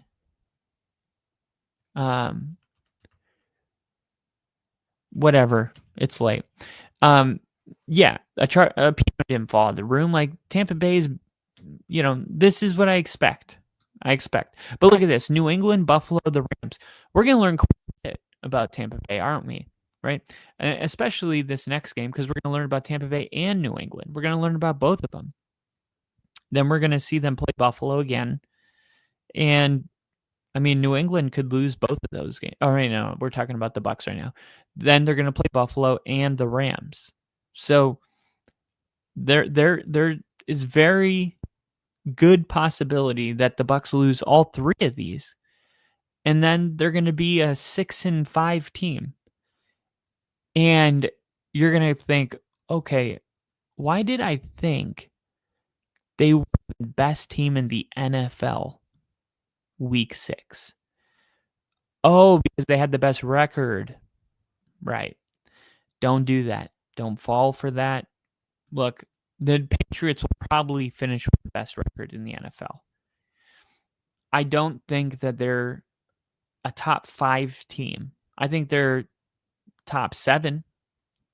But no, like we'll see. Like, there's room for them to climb, but it's going to take games like this against Tampa Bay resulting in wins. And to be totally honest, like, if New England beat Tampa Bay, their base would be like, see, I told you we were legit. We just beat Tampa. I don't think Tampa's like that great. I don't think beating Tampa is like, beating the Eagles in Philly, or beating the Chiefs in Kansas City, or beating Buffalo in Buffalo, or beating Seattle in Seattle, or beating Detroit in Detroit. I don't think it's any of those. I think it's a very possible thing to do. Belichick started his career 0-2 last year. In week 3, we went on the road and played Tampa. Tampa just got done beating Detroit in Detroit. They were 2-0. Everybody thought they were top 5 team in the NFL, and Denver blasted them. I think it was 20-3. And that's who Tampa Bay is. They're the team that will lose to the Saints, and they'll beat Detroit in Detroit. They didn't this time, but they will. They're a very unpredictable team. So, like, I think in order to be top 5, you have to be like, I know it's like a product, right? Like, I know exactly what I'm going to get every time I use it, right? Tylenol. Or I get there's controversy with that, but like, nobody takes a Tylenol and wonders, like, is it going to work? If acetaminophen works for your headaches, you don't question it. You just take it. And like, if you're a top 5 team, that's the kind of certainty I need out of you. If you're giving me like, oh, you're a little bit of a wild card vibe, you can't be in my top 5. And that's why I have Denver in my top 5, is because as much as people want to complain about their offense, I know what I'm going to get from them defensively every single week. I know what I'm going to get. I would have Houston in my top 5 as well because of their defense, if their offense helped them out at all. We have top 3 offensive line in the NFL. Houston has one of the worst offensive lines in the NFL, and that's why their offense blows. Think about it. Houston leads the NFL, allowing 15.8 points per game. before going into the Broncos game, that's what it was. 15 points. Denver scored 18 points on them, which is 3 more than they average, give up on an average day. But the real question is, why are they 3-5 if their defense is only giving up 15 points a game? Houston can't score more than 15 points? That's ridiculous. But that's where they're at. I mean, week 1 against the Rams, and it's not like the Rams defense, they're good, but it's not like, oh my God, this might be the best defense in the NFL. But you would have thought so. Houston didn't get a single touchdown the entire game. And then Jags, not a good defense. They only scored 10 points against the Jags. 1 touchdown. I get it. You could play a good game, but who's Jacksonville's Pete Carroll's a good coach. They got Max Crosby. They have the other guy that I keep forgetting on the other edge, Wilkins. They have pieces over there, and they play really good, and they're coached by Pete Carroll. Jacksonville's got Liam Cohen, offensive-minded guy, and there's not a ton of guys on that defense that you fear. There's people that were projected to be, superstars. What was it? Trayvon, or the number 1 overall pick 3 years ago. I think it was the year after Trevor Lawrence. Yeah, it was, because Stinky Finger got fired, and Trayvon Walker. They got guys like that, but they haven't, really became scary guys. Losing or only scoring 10 on Jacksonville. Has anybody in the NFL only scored 10 points on Jacksonville up to this point? Has Jacksonville been able to hold anybody to 10 points? Let's see, Jacksonville. Gamecast. Jaguars. No. They've been held to 12 points. Then they were held to 7 points. But look at this. The people that they've played, 26 points. No, 10 points. 10 points. I'm trying to see, is there any game where Jacksonville held their opponent? Yeah, Carolina, right here. It's the first one. Okay, so Jacksonville did that to Carolina week 1. But Carolina's just now starting to really get in their groove. They started the season very slow, very bad. 154 passing yards. Rico Dowdle, only 3 carries. They also didn't have some of their weapons at receiver. Look at the difference between the Carolina Panthers from week 1 to now. That's a bad example. 40-9. Let me go to their last game.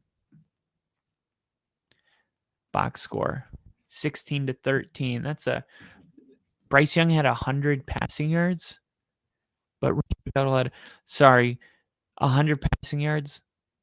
But look, this is the kind of game that the Broncos avoided today. At least Bo Nix, almost threw it for 200 yards, and getting held to 102 yards. That's 11 for 20. I mean, how did they do on third down? Let's see, third down efficiency. They were 4 for 10. We were 5 for 15. So this game right here is exactly what just happened to Denver. Forget the points. Oh, but there was 3 more, and no, forget that. I'm just talking about, for whatever reason, both defenses just had each other's number. I mean, the Panthers getting 104 passing yards. That's hilarious. 4 for 10 on third down. 7 for 13 for Green Bay. That's how that is. That's how it is in the NFL. That's just how it goes sometimes.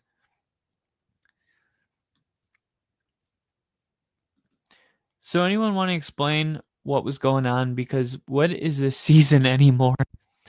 It's the tortoise and the hare principle. It's not who finishes fastest that matters most. It's who finishes strongest. Autismal. I like it. It's a transitional year. Reminds me of the 99-2000 season that bridged the gap between the 90s and 2000s dynasties. Carolina and Kansas City have the same records. Wow. That's crazy. But at the same time, like, if you would have said that going into this season, I would have said, of course they do. I thought Carolina was going to win their division. But no, like, I think Carolina is on the up and up. Like, they're starting, like, yeah, that was a bad game. But look, they've won 4 of their last 5 games. Okay? Yeah, it's Miami, Dallas, and the Jets. But I don't care. Because those teams are bad. And if the Panthers were bad, then they wouldn't be able to just beat the bad teams.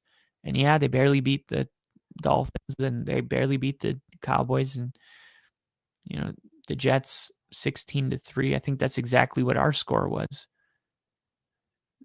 16-13. Look, they're not there yet. They're not even close. All I'm saying is their defense, and I'm going to say this until people start to believe it, but their defensive coordinator is the 3rd best defensive mind in the NFL. And the Panthers are only going to continue to get better. And if Bryce Young can just start playing better football, like, this is going to be a really good team. Like, look at this Atlanta win, 30-0. What did Atlanta do right? I mean, what did Bryce Young do? He only threw it for 121 yards. I thought for sure a 30-0 game would get him over that 100-yard mark. This is ridiculous.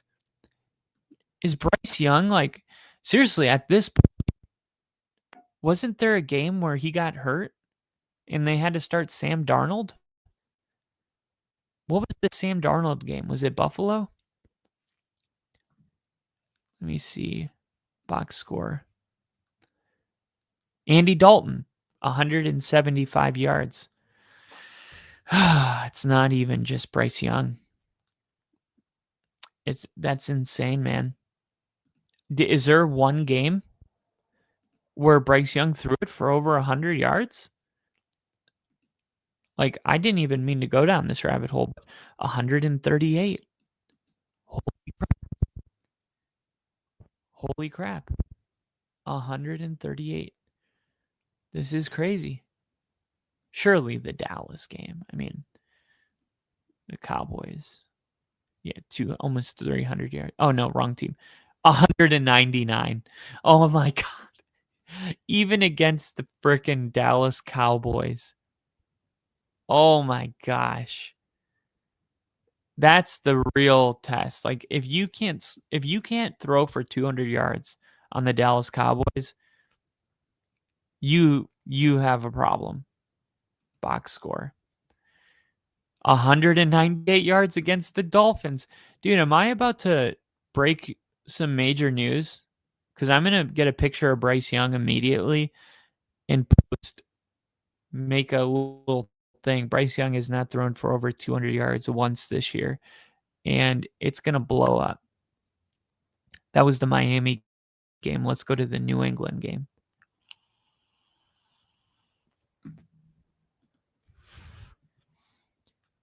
See, box score.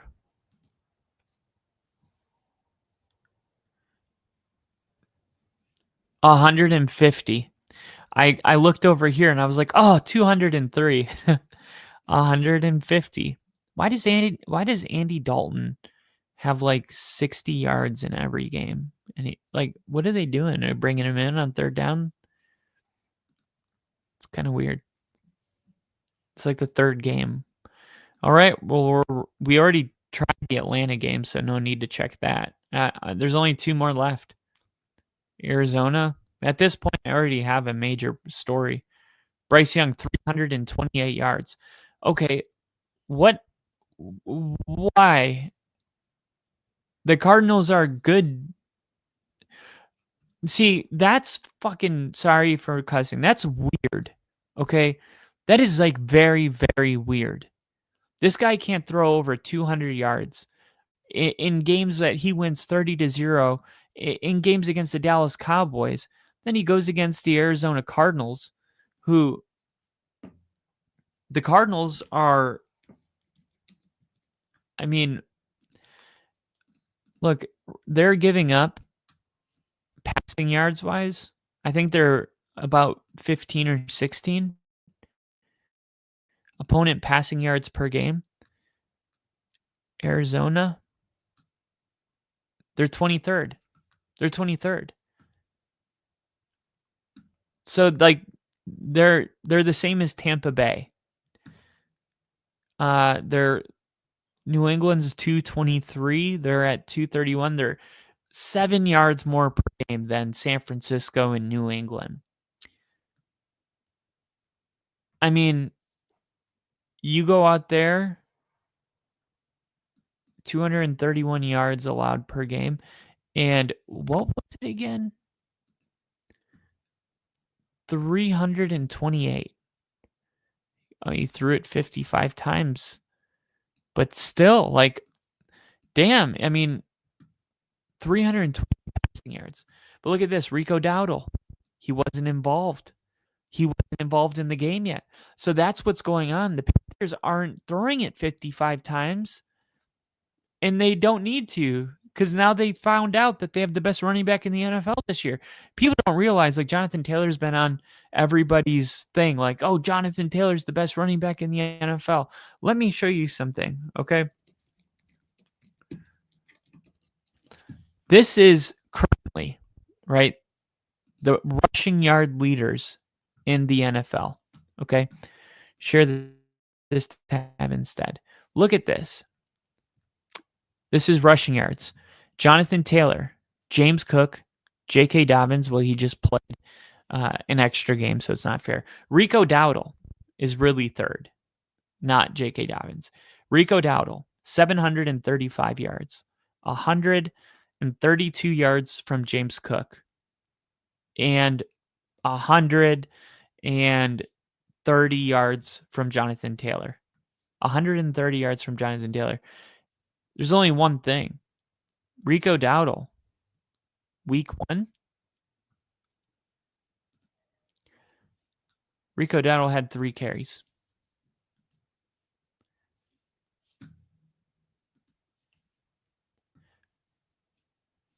Week 2,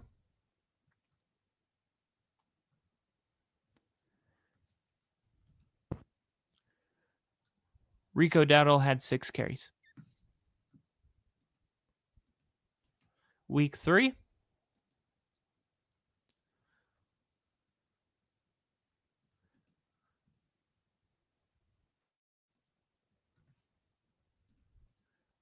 Rico Dowdle had 10 carries for 30 yards.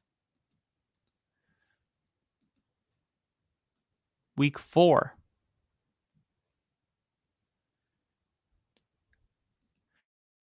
so week 4, I think this is when Rico Dowdle, 9 carries, 32 yards. So, like, look, Rico Dowdle wasn't even getting double-digit carries per game. I mean, it was, look, and they were 1-3, and Rico Dowdle was getting, between 3 and 7 or 3 and 9 carries. Not even like a part of the offense. And then here's a win, 27-24 over Miami. Let's see, Rico Dowdle. 206 yards on 23 carries. Wow. And guys, that's 1, 2, 3, 4, 5 games.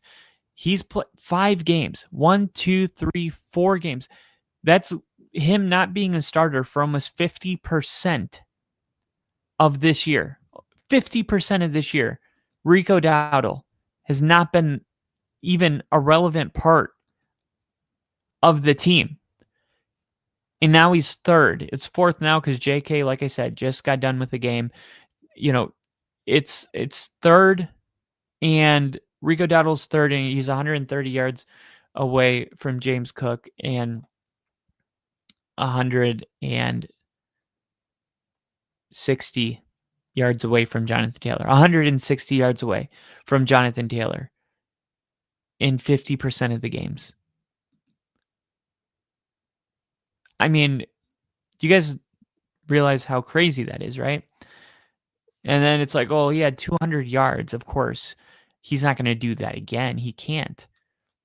He has 30 carries for 183 yards. But look at that, 30 carries. When's the last time you've seen a running back get 30 carries? And it's weird because, like, we saw week 2 against Arizona, they had Bryce Young threw it 55 times and he threw it for 346 yards and they lost. And now they're running it 30 times a game and winning by 3 instead of losing by 5. And what's really strange about that is typically you wouldn't see a team change their identity completely like that. Like, you go from, like, yeah, we pass it 55 times a game, or 40 to 50. Like, we're not a good running team. That's why Chuba Hubbard has 10 carries and Rico Dowdle has 6. But outside of that, like, you see they're averaging 3.5 yards a carry. Even the carries Dowdle had, it was like 10 carries for 30 yards. It was very unimpressive. And then all of a sudden, Chuba Hubbard gets hurt, and they give it to Rico Dowdle as the lead back, and they figure out, oh, you have to let a running back get warmed up. This is the problem with running back by committee. I'm going to go with the hot hand.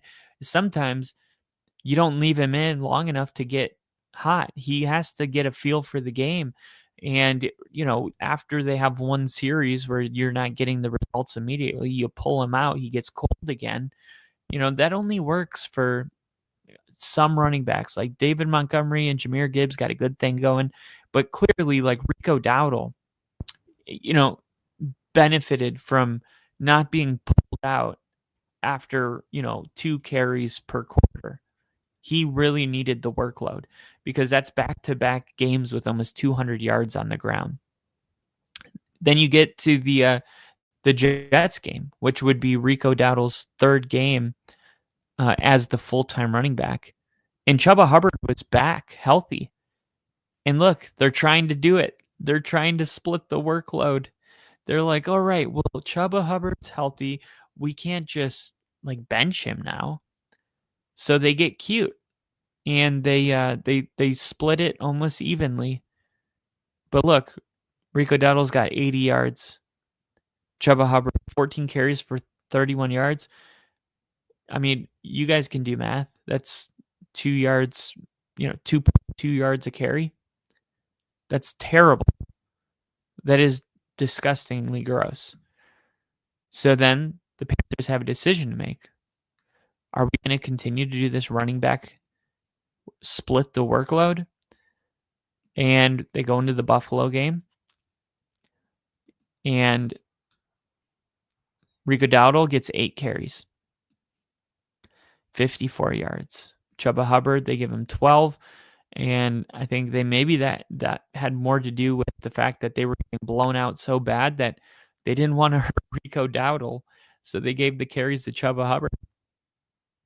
But, that was a terrible game. And one that they just want to flush down the toilet and forget about. Buffalo was coming off a bye week. And then here's Green Bay. The game that just happened, right? They're like, let's just get back to giving Rico Dowdle 25 carries. All right, I'll give you 2 touchdowns and 130 yards. Sound good enough? Sound fair enough?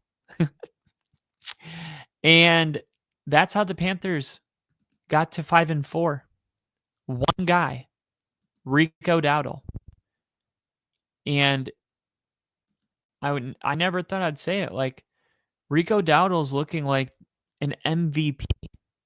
I'm not even kidding. The fact that he has the 3rd most rushing yards, and one of the games, I counted wrong because, look, he didn't even get used in the Bills game. So he's 3rd in the NFL, and he's got 1, 2, 3, But remember, the Jets game, they got cute because it was the first game that Chuba Hubbard came back from injury. So, I mean, he got half of a game. I mean, look, those other guys, Jonathan Taylor, James Cook, they're not getting like right. They're workhorses.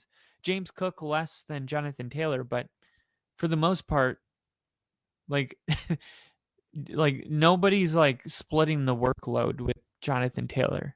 But that's what they did. So you got the Miami game, and then you got the Dallas game. That's 2. Then you get, I'll say, a half a game here. And then nothing here, really, because they didn't want to hurt him.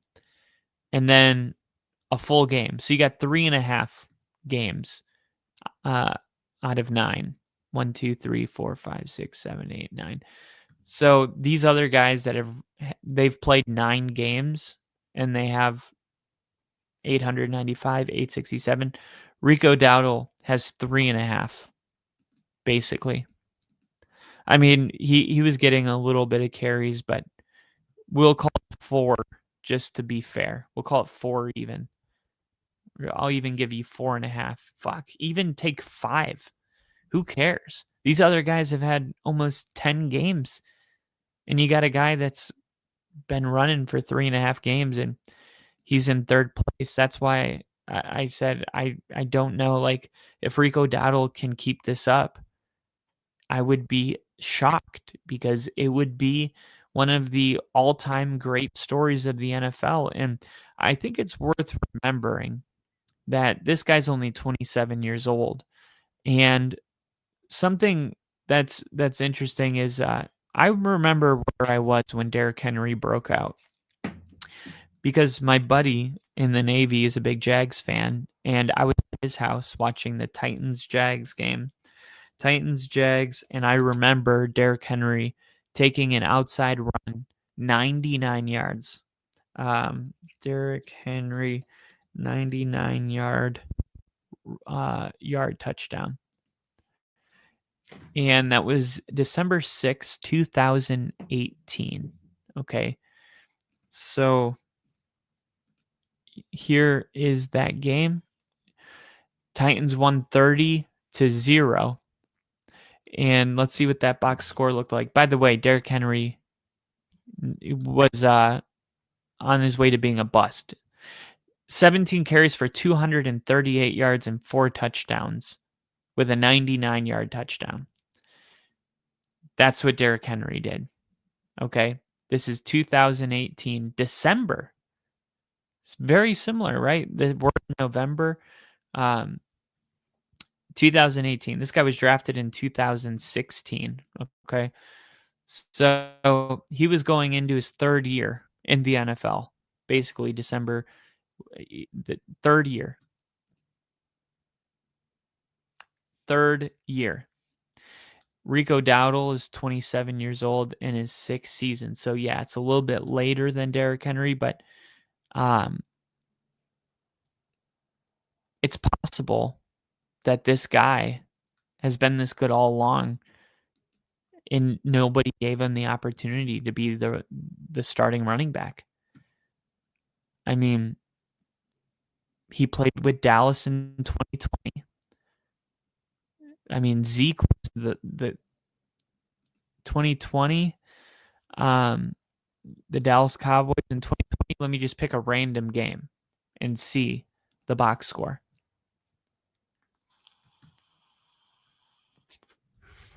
Look at it. This is their rushing. Javonte Williams. Oh wait, that's this year. I thought it understood. I thought it understood exactly what I was doing when I clicked Rico Dowdle 2000.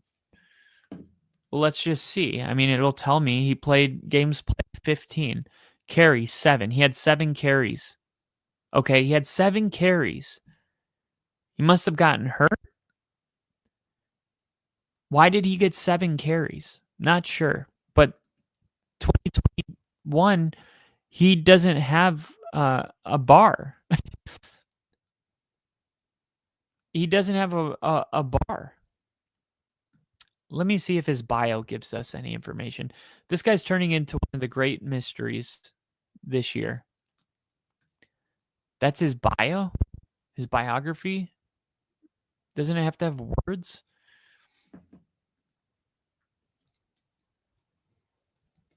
Let me see. Where did Rico Dowdle... I remember him, but I'm just wording it this way. Where did he come from to see if like there's an article that had been written about him.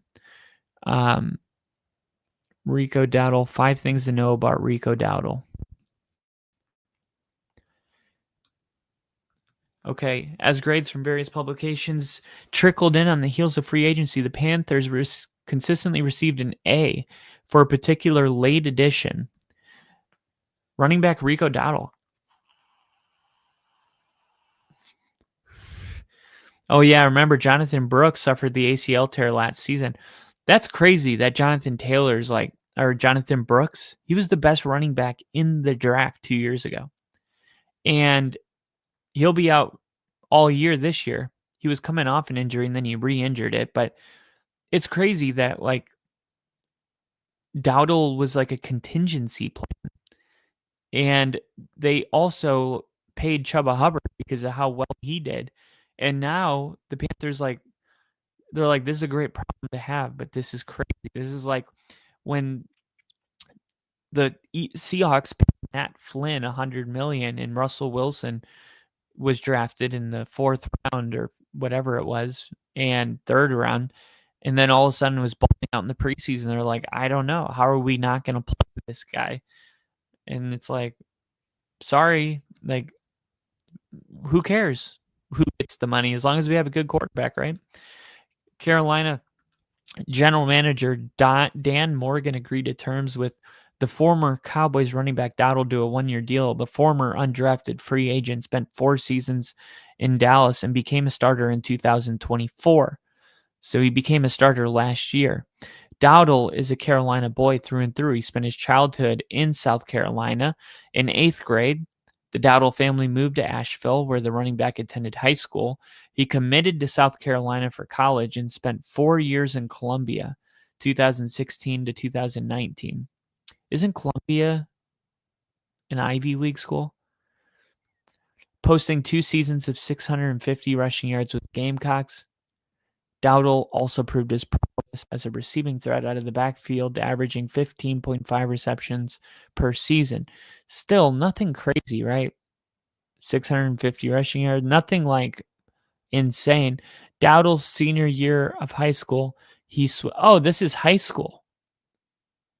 I thought we were talking about college. Yeah, they said Gamecocks. Why are we going? Okay, we're going from college to high school. It's kind of strange. Dowdle's senior year of high school, he switched to quarterback. The offense still operated under a rush-first mentality, using Dowdle as a dual-threat weapon. As a result, he set a Western North Carolina record for most touchdowns. 63 total touchdowns. The quarterback ran for 51 touchdowns. What? 11 passing touchdowns and even caught a potential 51 rushing touchdowns. Imagine how good he had to have been in high school. That's like, yeah, this guy's going to the NFL type of production. Dowdle set those records for AC Reynolds High School in Asheville, which has produced plenty of big names. In a 12-year span, that school has been the home of country music artist Luke Combs, Chicago Bears head coach Ben Johnson, Caleb Presley. He's the guy that does Sunday Conversations, country music artist Chase Rice, and Rico Dowdle. Damn, that city's got it going. Dowdle's coming off his best season in the pros. 1,079 rushing yards, 12th most in the NFL, and he hauled in 39 catches for 249 yards and had 5 total touchdowns. In league history, there's only ever been 7 duos of 1,000-yard rushers sharing the same backfield. Last time it happened was when Lamar Jackson and Mark Ingram were on the team. I don't know. I don't like considering quarterbacks when I'm doing this stat, because there's a lot of times where quarterback runs and it's not designed. I think it's a lot more difficult when you have two running backs that both went over 1,000 on designed runs, because that's what we're really looking at. We're not looking at like a third down where there's times where a quarterback can just take off for 40 yards. It's like that wasn't a designed run. So I don't know if that should count to how well you run the football. It's a good thing, but when we're talking about this specific stat, I think of how good you run the football on a run play. With Dowdle signing, he and Hubbard will have the chance to become the 8th duo if the two can repeat their 2024. Honestly, they might. They might. I don't know if Dowdle if Chuba Hubbard is going to get the touches he needs, but according to Next Gen Stats, Dowdle averaged 3.5 yards after contact, good for 5th most in the NFL among qualifying backs, 200 carries minimum. Hubbard wasn't far behind, 3.2. Not only was Dowdle picking up extra yards, he was doing so consistently. According to Ian Hartitz of Fantasy Life, Dowdle reached 3+ yak on 51% of his carries, the highest rate in the league. Hubbard did so at 48.4%, 4th in the league. Wow. He got 3 yards after the carry on 51% of his carries. So I get it, because you can average 5 yards a carry, but that doesn't mean you get 5 yards every carry, because that's 7 runs of 2 yards and then one 15-yard run, one 18-yard run, 3 more 3 yards runs, one 40-yard run, and then at the end of the year it averages. But it's like us, it feels like, how is it that this guy's averaging 5 yards a carry? It doesn't feel like it when you watch the games, but a couple times every game he breaks one for 30, 40, pumps that average up. But with Dowdle, he reached 3+ yards per carry on over half of his carries. So his yards per carry wasn't just amplified. I mean, it was 3.5, but it wasn't just boosted because of a couple 70-yard runs. No, over half of his runs, he truly did go over 3 yards, and that was the highest rate of the league. You could say the writing was on the wall with Rico Dowdle. And if there's one thing we shouldn't do, we shouldn't Rico Dowdle at all. Or Rico Dowdle. I tried. But yeah, I forgot why we were talking about that because the Carolina Panthers, they're an interesting team. But even with the way they're running the football, look, 16-13 against Green Bay. Look, I like that they're leaning into their strengths, but I'm worried why it has to be 55 passes or 30 rushes. I want to know why it can't be 25 and 25. Is there room to become more balanced? Because I think it's really weird that we have to go back to week 2 to find Bryce Young passing for more than 100 yards. That shouldn't be a thing. Balanced offenses run the ball and pass the ball. The most balanced offense in the league is the Green Bay Packers, usually. I mean, look, let me just show you. Look, Green Bay Packers. This is what makes the Packers so good. It's one of their strengths. They're extremely balanced. Look at this. I didn't plan this. Look at this. 22 passes, 25 carries. Is that not, look at 188 yards, 78 yards on the ground. How did Green Bay score 27? That looks like it was too easy against a really good Lions team, but let's go to the next week because that's kind of a weird one. But still balanced in running and passing. Look, 31 passes, 30 rushes. Does it get more balanced? unless you go 30 for 30 like Jameis Winston. But look, 292 passing yards. 292 passing yards, 135 rushing yards. This is what a balanced offense is. I don't know why the Panthers need to pass the ball 55 times or run it 30 times, and Bryce Young goes 7 for 13 for 112 yards passing. So maybe that's something that they can work on moving, forward their next game coming up here. That's going to be against the Saints. That's a really great opportunity to practice this thing. They got to figure out how to get more balanced. They got to figure out how to get Bryce Young more successful in the passing game. They also got to figure out how they're going to deal with this Rico Dowdle and Chuba Hubbard. It's a good problem to have, but it is a problem. Whether it's good or not, it is a problem because Rico Dowdle, I think he's showing you that when you give him 10 carries, 12 carries, and give the other guy 10 carries, 12 carries, his efficiency goes down drastically. He may be one of those guys that needs to stay in the game and feel it out and get 20 carries, 22 carries to break the game open and get 175 yards rushing. And if that's possible, is that something you want to risk in the pursuit of not, keeping the morale high for Chuba Hubbard? I mean, these are the tough decisions coaches need to make. But what we do know is they need to become a more balanced team. And the Saints are a great team to do that. They got the Saints, Atlanta, and if they can win those next two games, Carolina is going to be 7-4.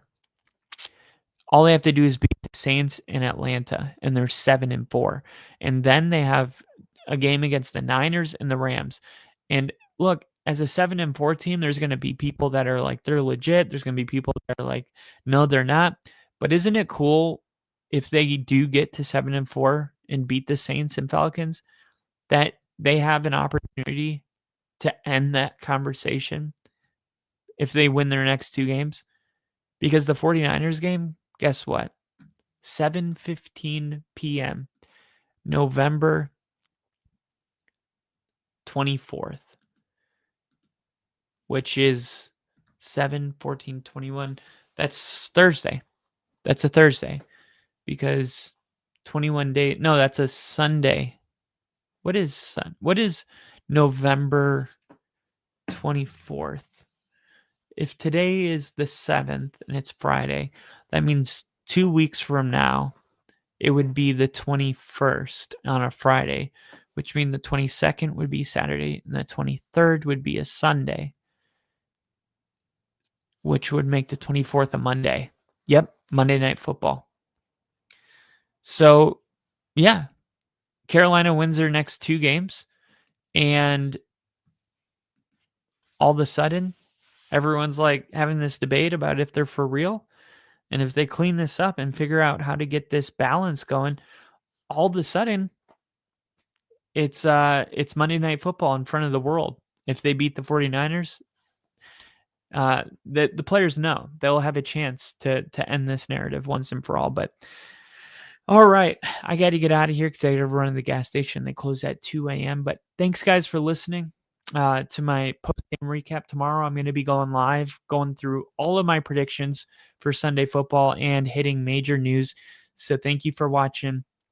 I will see you guys on the next stream. Have a good night. Broncos got the dub, so we can't be too mad about that, right? Let's see. All right. I will see you guys on the next stream. See ya!